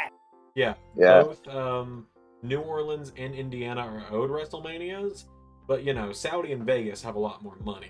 So but like, because my thing is I only live 2.5 hours from Minneapolis. Oh, absolutely. So, I'm planning on going to SummerSlam this year as well. So my old man wrestling brain has like this thing with WrestleManias where I'm like, I think every city that's ever been like a big fake wrestling should get. Dude, Minneapolis is such a hotbed for wrestling. People don't understand that. We are such And it has a huge big history of market for wrestling too. The AWA for fucking like a century was huge up here. The only and like the thing is like one of my favorite wrestlers runs like in the last 20 years. He's admitted he stole it all from so you guys know obviously we know Chris Jericho, right? Yeah. Never heard of him. Hi guys. So Chris Jericho, and obviously we all remember his 2008 amazing Save Me, Heal run. Yeah. Literally, like, still have wet dreams about it. Oh my fucking god, what a but he's admitted that a lot of his like heel characterization as that heel character he was from 2008 till 2011 was based on Nick Bockwinkel of the AWA. Oh, you can easily see it. Chris Jericho, reading his books, was a massive AWA fan before he ever got into the WWF. He was a big AWA guy because they came up to Winnipeg a lot. So he would go to shows regularly. He'd watch. He was a big Jesse Ventura guy. He was a big Hogan guy. Because the AWA champion would make shots outside of the AWA territory, like the NWA champion. Yep. And the AWA champion would most often defend in the Calgary area. Yep. So to Chris Jericho, growing up watching wrestling, the world champion was the AWA champion. Yep. And then because the whole thing, because he talked about how different the AWA was compared to the WWF, because the AWA was your everyman guys, your normal physique guys, and then the WWF started coming, and he started seeing them, and they were the larger than life bodybuilder, crazy colorful character guys. And it was just such a whole different thing for him. The AWA, I think, is the closest wrestling's ever come to really being depicted and perceived as a legitimate sport. Yeah. Where it's okay, here's two competitors. They're gonna have a contest to determine who's the best. Whereas WWF was more the larger than life characters, the ethnic hero, the foreign heel. Yeah. And then the NWA was crazy Southern car crash wrestling. Fuck yeah. Yep. What you just described for the AWA is a very big reason why I liked the recent CM Punk Gunther feud from a couple months ago. It was simple. It was straight to the point. Hey, you call yourself the best. I have the title that deems me the best. Let's see who's better. That's pretty much what the whole crux of that was. Was. Exactly. That's what a world title feud really should be, is two guys who think they're the best, and one guy has just a tiny bit of an edge because they have the title that actually says it. Yeah, and here's the thing. Do you want to know one line that I think made Kevin Owens Kevin Owens? I'm so interested to hear this. Go ahead. It was the one thing that I think made him better at, you saying this kind of reminded me of all that, because of you saying how simple it was. But like we humans, we connect simple things because we can relate to them, right? And like what made Kevin Owens so interesting and so simple and so human, made us all take interest in him, is when he said, "I do this to feed my family." No wrestler talks about it. No wrestler says it like that. Where it's like, you have a belt, and that belt means I make more money to give my family a better life. Therefore, you can tell he does it for his family just in the way he doesn't dress in these fancy clothes. He dresses in sweatpants and cut off t-shirts. Like, bro, like that, and that's just him normally. It's a major reason. Yeah, and I love the simplicity of it because so many people can relate to it. Of, okay, this is a family guy, so if he's like, it's a simple thing of like, you have a belt, and if he can get it from you, that means he's gonna make more money to feed his family. Okay, yeah, he's gonna fucking kill you. Like, well, and that was it. Well, and that was his whole thing. That was his whole thing with going after Sammy. Was I don't even hate you. I'm just trying to get ahead for my family. And that was his whole thing going after Cena. Was like, I don't hate you, but you are the top guy who is on the downtrend, and I'm just going to take advantage, come in here, get my name built up bigger, and fuck everyone else. Most of the crazy bullshit Kevin's done, other than the Cody and Randy feud recently, have all been done like emotionless. Most of the time is just to further himself. Yeah, which I love that like thing as a wrestler, because like a lot of people, like, I'm not a parent yet, thank God, like, because I'm not ready.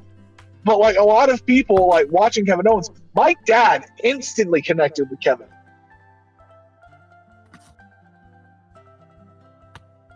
Because he was like,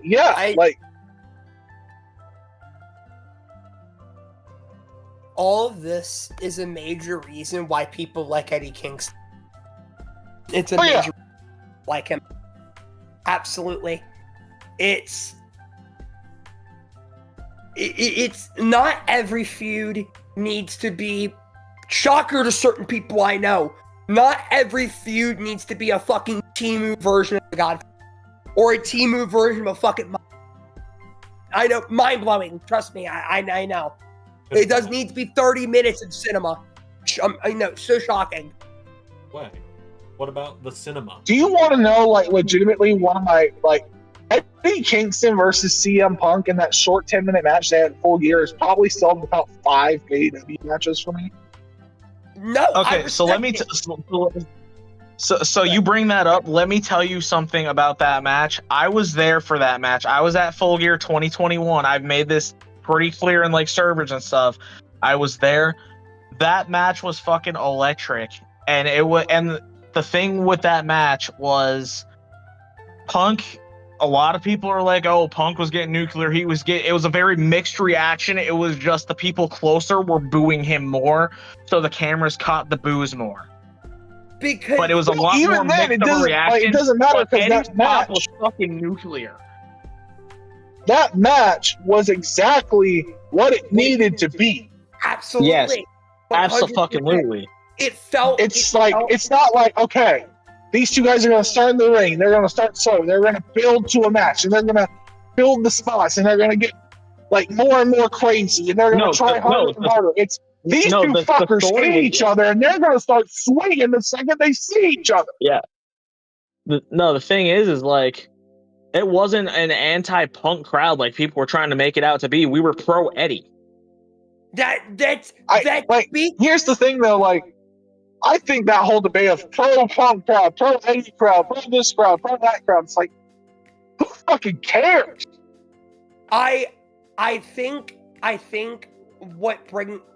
bringing a pro Eddie is very important in this instance. What do you think? It doesn't show how how much. Don't worry about other people's reaction. What do you think? No, absolutely. But the reason why, to me, it's important to bring up here is it shows just how good of a babyface Eddie Kingston. That he's see, that's my whole thing though. Like, like, and I think you guys are going to agree with me with him bringing this up, though. Like, so many people are so obsessed with other people's reaction to wrestling because they want to have a similar reaction because they want to feel like it's a communal thing. Where I'm like, no, man, just like genuinely respond. Oh yeah, no, I agree with that point. Be engaged with wrestling, like, and like.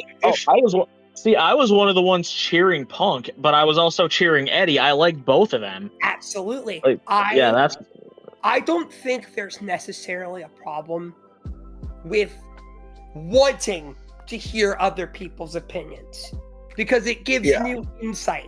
But like you said, I don't necessarily think there's a problem in wanting to hear other people's opinions. Oh, absolutely. No, I know what you're saying. I agree. But I think there's a real issue with people trying to make sure that their opinion coordinates with everyone else's opinion because they need to feel like that they don't think differently than people else. They don't want to be the odd one.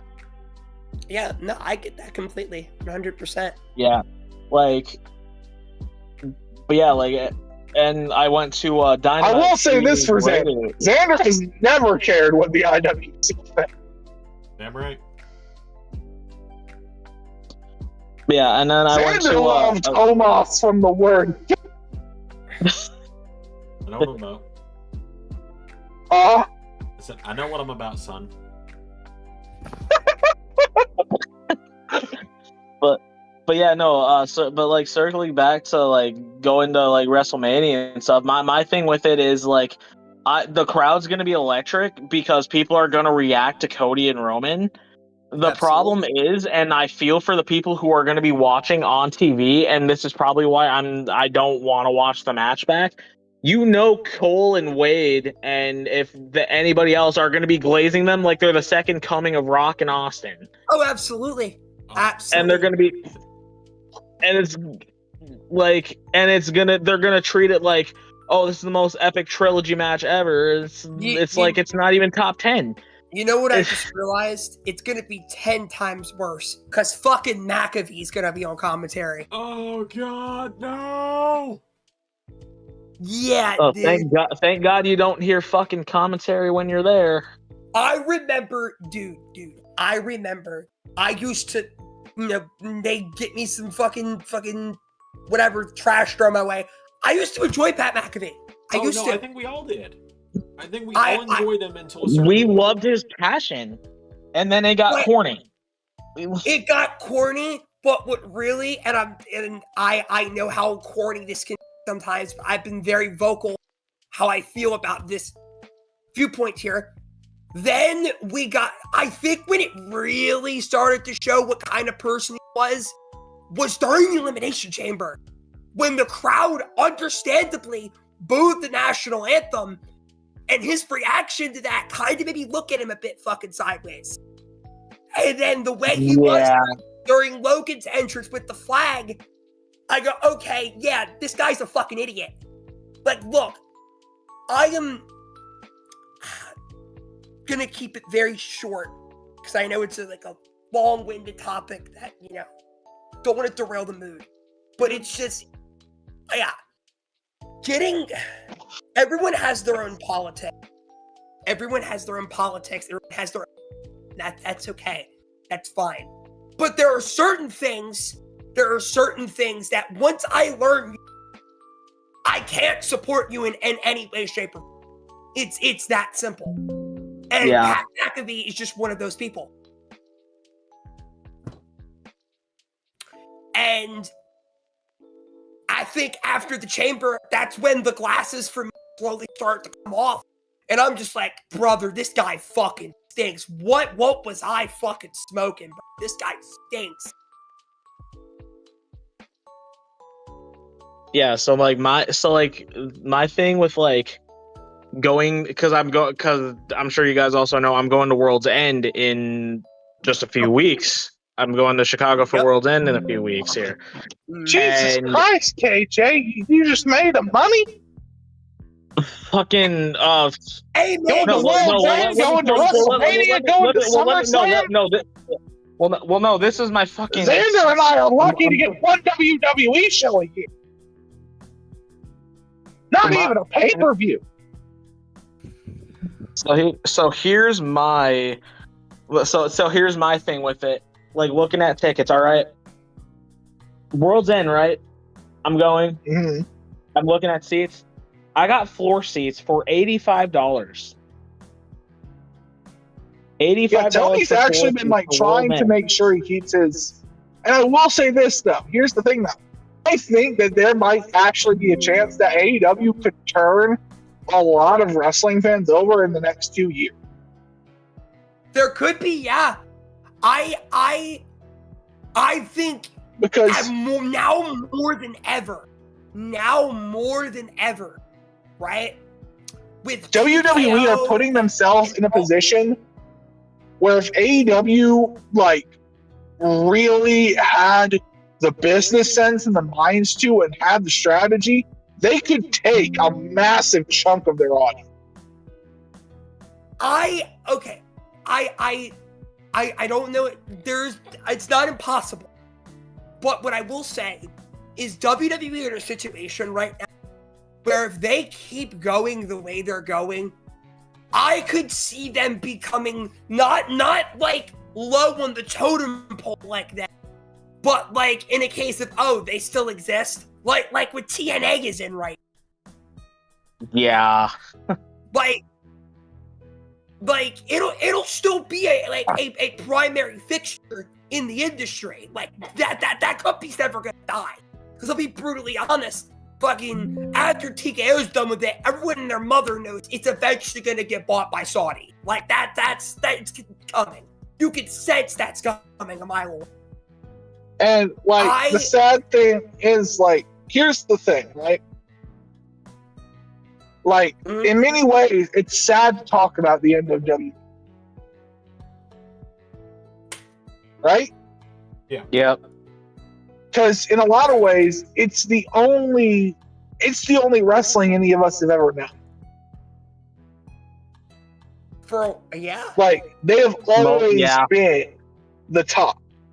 Everything has always been building to WWE. Like as when the WWE went, period. And like now WWE might put themselves in a position where I don't think wrestling's going.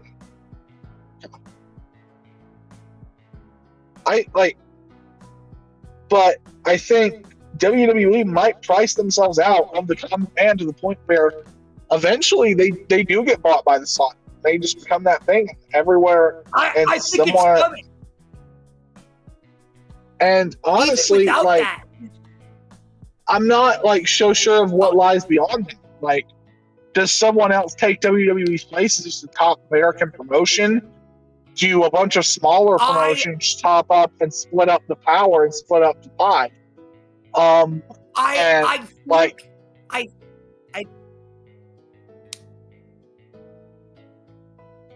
I think by default AEW would take that spot, but I feel like here's the thing, they though. would take the spot. It wouldn't be as mainstream. That's more of what it means. But here's the thing, though, right? We say this, right? Like, AEW would immediately take that spot, right? But, okay, WWE gets bought by Saudi. Paul Levesque leaves the company. Paul Levesque goes to some executive he knows here in America, gets some money, builds up a whole new promotion. He's in charge of it. Boom. I don't know about that. I really think regardless the Saudis buy it or not, they're gonna keep Triple H on the payroll. I do not see Triple H ever leaving. I don't really think so, because I think the corporate mindset will take over the company when I get started, and eventually he'll be seen as like the last person here who was ever truly in the wrestling. Yeah. I really think, and this just came to me while you were saying that, the only thing I don't, because a lot of these a lot of these older guys like Cena, like Triple H, they have that blind Vince loyalty. And I think that would really stop him from wanting to make it, from following through on making another promotion, because there's part of him that can't let you know what I mean? He can't let it be overthrown. But at the same time, if he does make the promotion, you have to question how many people are really gonna like, 'cause they're gonna get a decent audience if it happens. In the universe where this happens, they'll get a really solid audience. But how much of that audience is really gonna stick around? That's the thing. Well, see, this is the issue where WWE dies or becomes whatever it becomes. And then a lot of people, wrestling-wise, we'd be starting from scratch. Really. Like, there would be no carryover. There would be no, hey, let's bring the audience over. You would have to earn a thing every single time. You literally have to make the fans all over again. Yeah. And the sad thing is, with WWE, no matter what happens, no matter what they become, they are still the people who own the library of a majority of wrestling.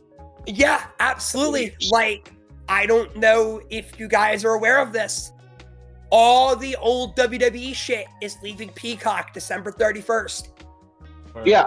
Well, not just that, but not just WWE stuff, but like all the AWA stuff. They own that. All the NWA stuff. They own that. All all of ECW, all of WCW, and you've got to think Triple A's in there, and we all know it's going to get to a point where TKO by fucking TNA, that library's going to go away. So WWE will be a non-entity in wrestling, but own a majority of the history of the footage of wrestling. Yeah. In the West, outside of the East and Japan. Thankfully, they don't own any of that. My thing is, will it be a massive hit to see WWE to see them leave America and become a Saudi Arabian company? Yeah, of course, absolutely. Do I think we'd be starting from scratch? Not necessarily. I don't think people. I was being a little bit like I was being exaggeratory, but you get my point. I get your point. Yes, they would have to. It would be AEW would be by default the top promotion in America, but that doesn't. But they wouldn't be WWE mainstream. I get that point. Honestly, dude, I'm not sure about that because the second TNA goes on AMC, they might start getting comparable numbers. I mean, if TNA pulls numbers, good for them. But I don't know. I don't see them going WWE mainstream either. I don't know because I don't know, but at the same time, AMC got them, and AMC isn't a network that does horrible numbers. They still show like really highly rated TV, so they must have wanted them for some reason. Here's the thing, you're not wrong. You're 100% not wrong. AMC's a major network. The real question is, outside of the TNA audience that's coming over, do any of AMC's like core audience at the moment have any desire for wrestling? That's honestly, if you were going to choose any fans, I would choose AMC. I mean, there's a chance. Because you want to know what a majority of the AMC fans that have a crossover with wrestling. Horror. Absolutely. You have a horror and wrestling have a massive crossover, and because AMC primarily runs shows that are spin-offs of The Walking Dead, a majority of their audience is the horror. I think the first couple of weeks are going to do great. They're going to do great, really solid numbers. And horror and wrestling have always had a lot of crossover. Yeah, I think the real test is going to be a couple months, a couple weeks from now. Not from now, God, fucking shoot me. couple months from when it premieres, we'll see where we are. I think they'll do good numbers. I think they'll do way better numbers than whatever the fuck they are pulling now. I do not see them long term going mainstream, like insanely, like as mainstream as WWE. My thing is like, so from what we understand, right? Order to break even on their new deal with ESPN, WWE would need to give ESPN around 1 million new subscribers. Correct. WWE, according to the numbers, maybe got ESPN off WrestlePalooza at 200,000, maybe, and I'm being generous. How many new subscribers is WWE gonna pull ESPN that aren't already big sports fans? Exactly. But like, that's the thing though. Like, is ESPN gonna have some buyer's remorse? I honestly, Ray, I think so.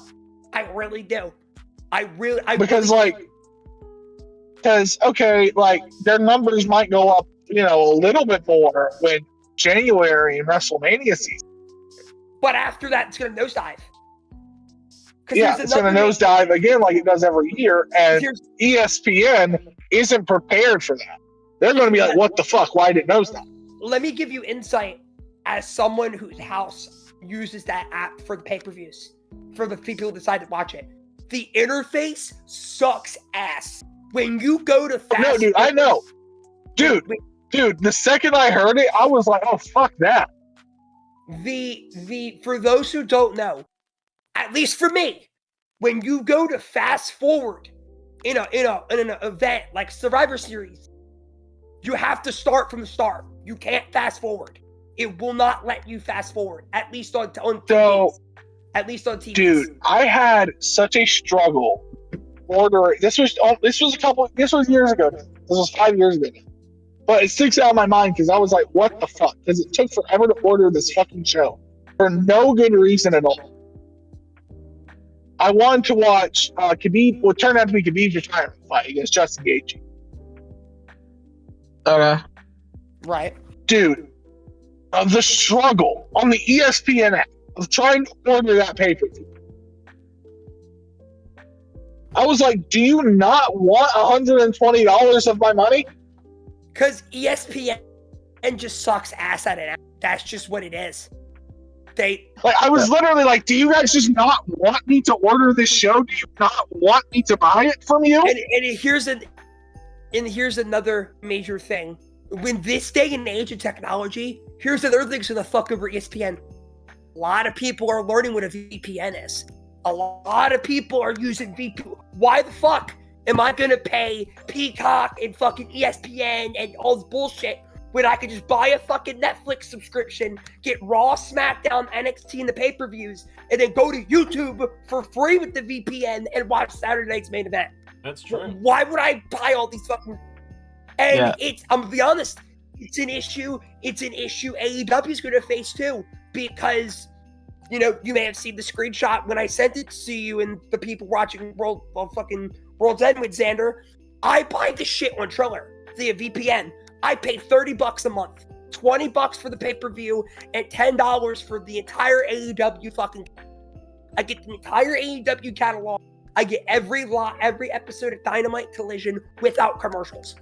Why am I gonna pay Max all this money a month when I get a way better deal on Triller? Not only that, how is ESPN going to feel, right, as the provider of WWE's content here in America, when they're giving all these international deals, way better deals, way more, for way less money? Absolutely. And 100%. then they're going to be like, and not only do you give these other countries better deals on their service, which gives their subscribers more stuff for less money, you then tell your subs here in the US to find a way to use the international service to ultimately not pay us so they can do it because Stephanie is fucking God, you're supporting right. a fucking You just VPN didn't- on her fucking podcast. Yeah, Stephanie. Yeah, it's with AEW. I really do feel like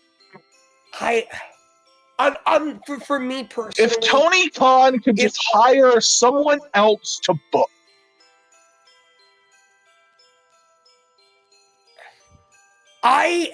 Again, maybe Here's the thing, because like, I if suffered. I really wish Tony Khan.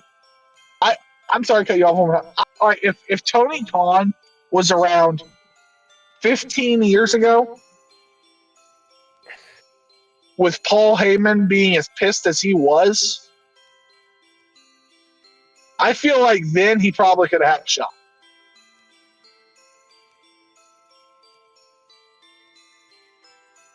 I feel like Paul Heyman's the one person who's creative enough as a booker that maybe with a limited budget he could have actually gotten.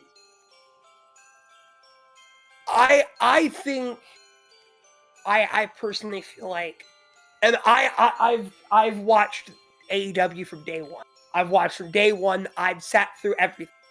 I sat through the pandemic.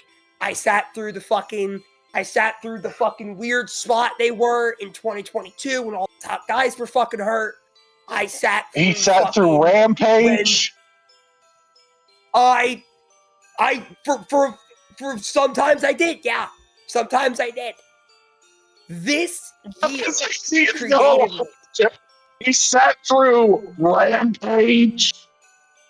My rule of thumb is if I follow a company and one of their shows, if they have a live show, I'll watch it. If it's taped, no, not a chance. Not a fucking chance. So, absolutely not. I watch highlights and everything, unless there's an actual angle match I'm interested in seeing. Right, that's fair. I respect it 100%. 100%. And also, like,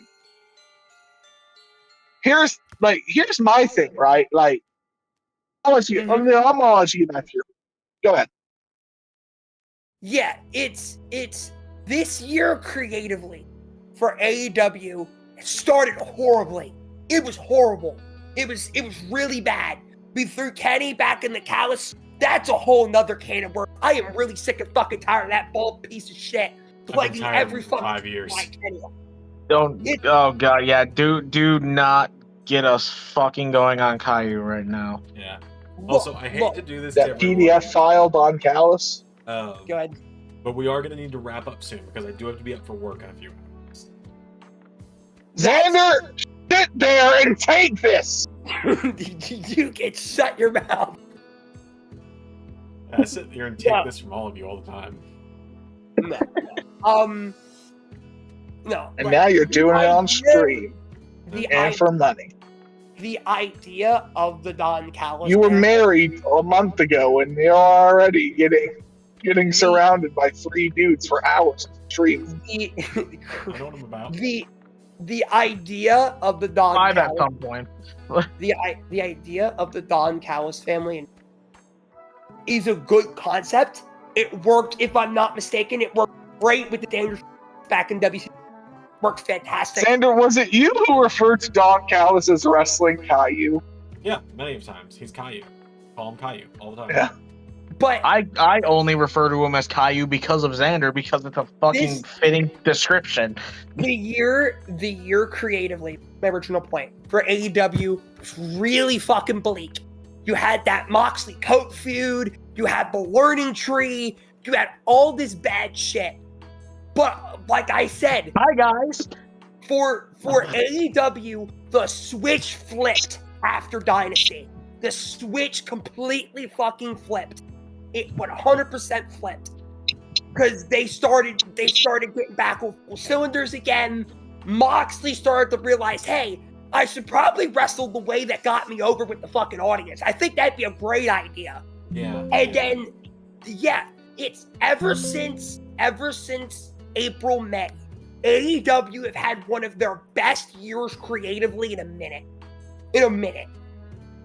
Now, I'm not disagreeing with you, and like the thing is, like a lot of people, I know Zander was kind of dogging on, but like I didn't think the Hangman reign was going that bad. the recent one, Yeah, absolutely, I agree. The only It wasn't issue- going bad. It ended abruptly. Is my no. When I opinion on saw it. like Samoa Joe beat him, I was like, what? I have no problem with Samoa Joe winning the world title. I do. No, hear me out. I think it would have been stomached a bit more if A, Hangman had feuded with somebody else right before Wrestle Dream, B, he had done more with the title, and C, not one lost a goddamn belt because of Hook. And D, not come out to fucking American Venom and then lost. Okay, but hold on. Isn't that kind of poetic, though? If you really think No. about it. Just the Look, okay, I don't care. It was bad. He should win. This is wrestling. Very valid. Very valid. We're not going for being poetic. I'll do that in the movie theater. Hey, that's fair. I respect it. But Cowboy Man, come out from front. The badass music. I want to see Cowboy Man win fight. hey, you know what? Cook. Where I do have an issue with this. No, Pierre, listen. I don't even hate Hook. Put that on a t-shirt. Cowboy Man, come out the badass music. I want to see Cowboy Man win fight. Great, 2025. That's a list of new things I need to make merch of. Anyways, continue, Liam, please. I got you. I don't even hate Hook. I just think it was an awful fucking call to not have. If Hangman was going to lose, he should have lost. He should have lost clean. I think if Hangman should have lost to, there is a list of people Hangman should have lost to, and no one on that list was Samoa Joe. I think there was a lot of people Hangman could have lost to that were better options. To me, like the list of people Hangman could have lost to, I would have been like, I feel like that's fine, or that's good. That's a good idea. I feel like honestly, if you wanted to keep the Swerve, like if you wanted to bring back Swerve, you could have done that. You could have done, I think, MJF, honestly. I thought that was the way they were going. Because I know a lot of people don't. MJF is such a good heel. He could be as over as he's ever been too. Can I get your opinion on something while MJF is the topic of conversation? Got to keep your curiosity. Okay. Do you think a babyface MJF could ever work, like in general? I think yes. Like not be better. But the key is MJF isn't a babyface. He's still a heel who the fans cheer because he doesn't fuck baby faces. He fucks other heels. So pretty much, he's the same character. He does the same thing, but he does it to heels instead of baby faces. What you're saying?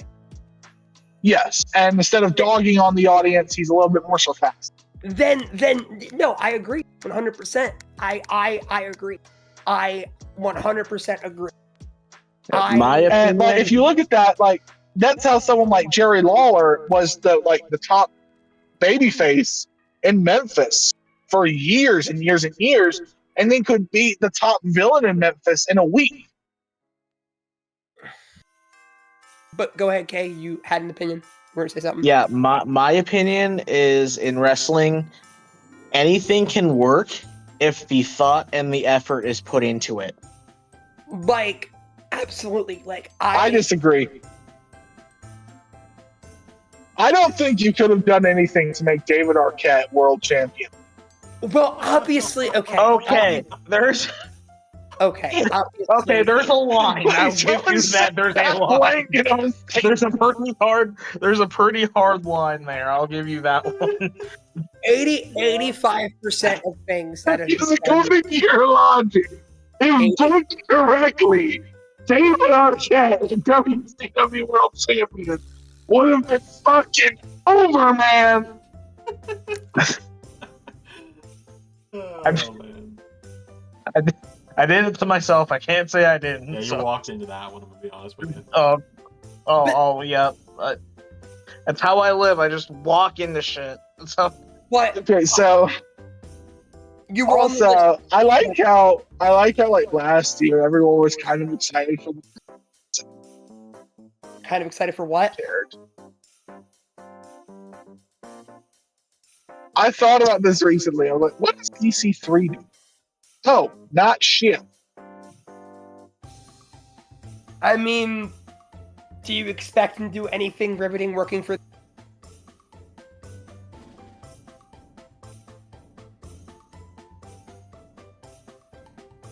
Does he still work there? I think so. I don't know. He owns a promotion in the NWA. Oh, Of course he does. Why wouldn't? See, remember the NWA brought back the territories. God, they did. did they? So now OVW is a territory of the NWA, even though the NWA still has their own show. That's okay. I mean, it's Your basically just a rehash 40 years later of Jim Crockett Promotions. A shitty. Not even, because at least Jim Crockett Promotions was buying out legitimate territory.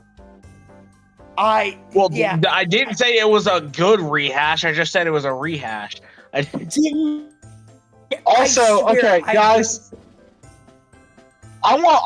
this is something that's never talked about in wrestling, and I want to get your guys' opinion on this because it's something never talked about, but I'm always like, wow, how did you guys fuck that up?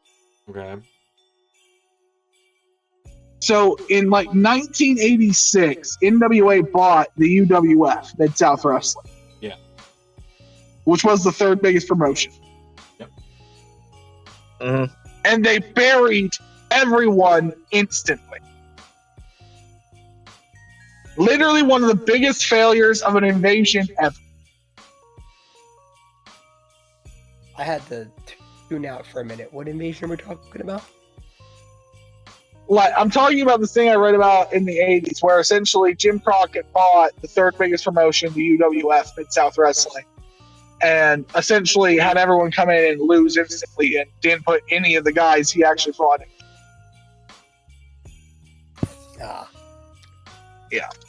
Yeah. He got the contract of fucking Dr. Death and had Dr. Death losing on TV in a month. Dr. Death, I just love you. Okay, if you're going to say Dr. Death is anything less than a badass. Oh no, Dr. Death was goated. I love the Doctor. Monster.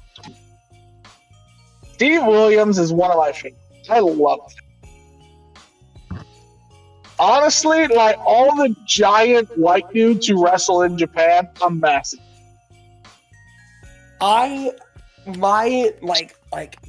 ever favorite, I would have to say is Scott Hall. Say hello to the bad guy.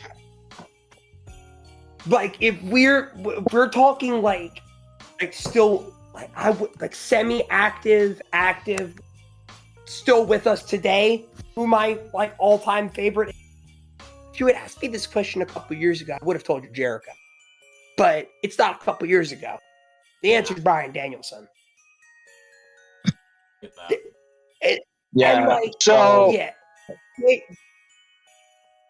If this was Good. 2 years ago, my favorite answer for my favorite wrestler in wrestling right now would be FTR.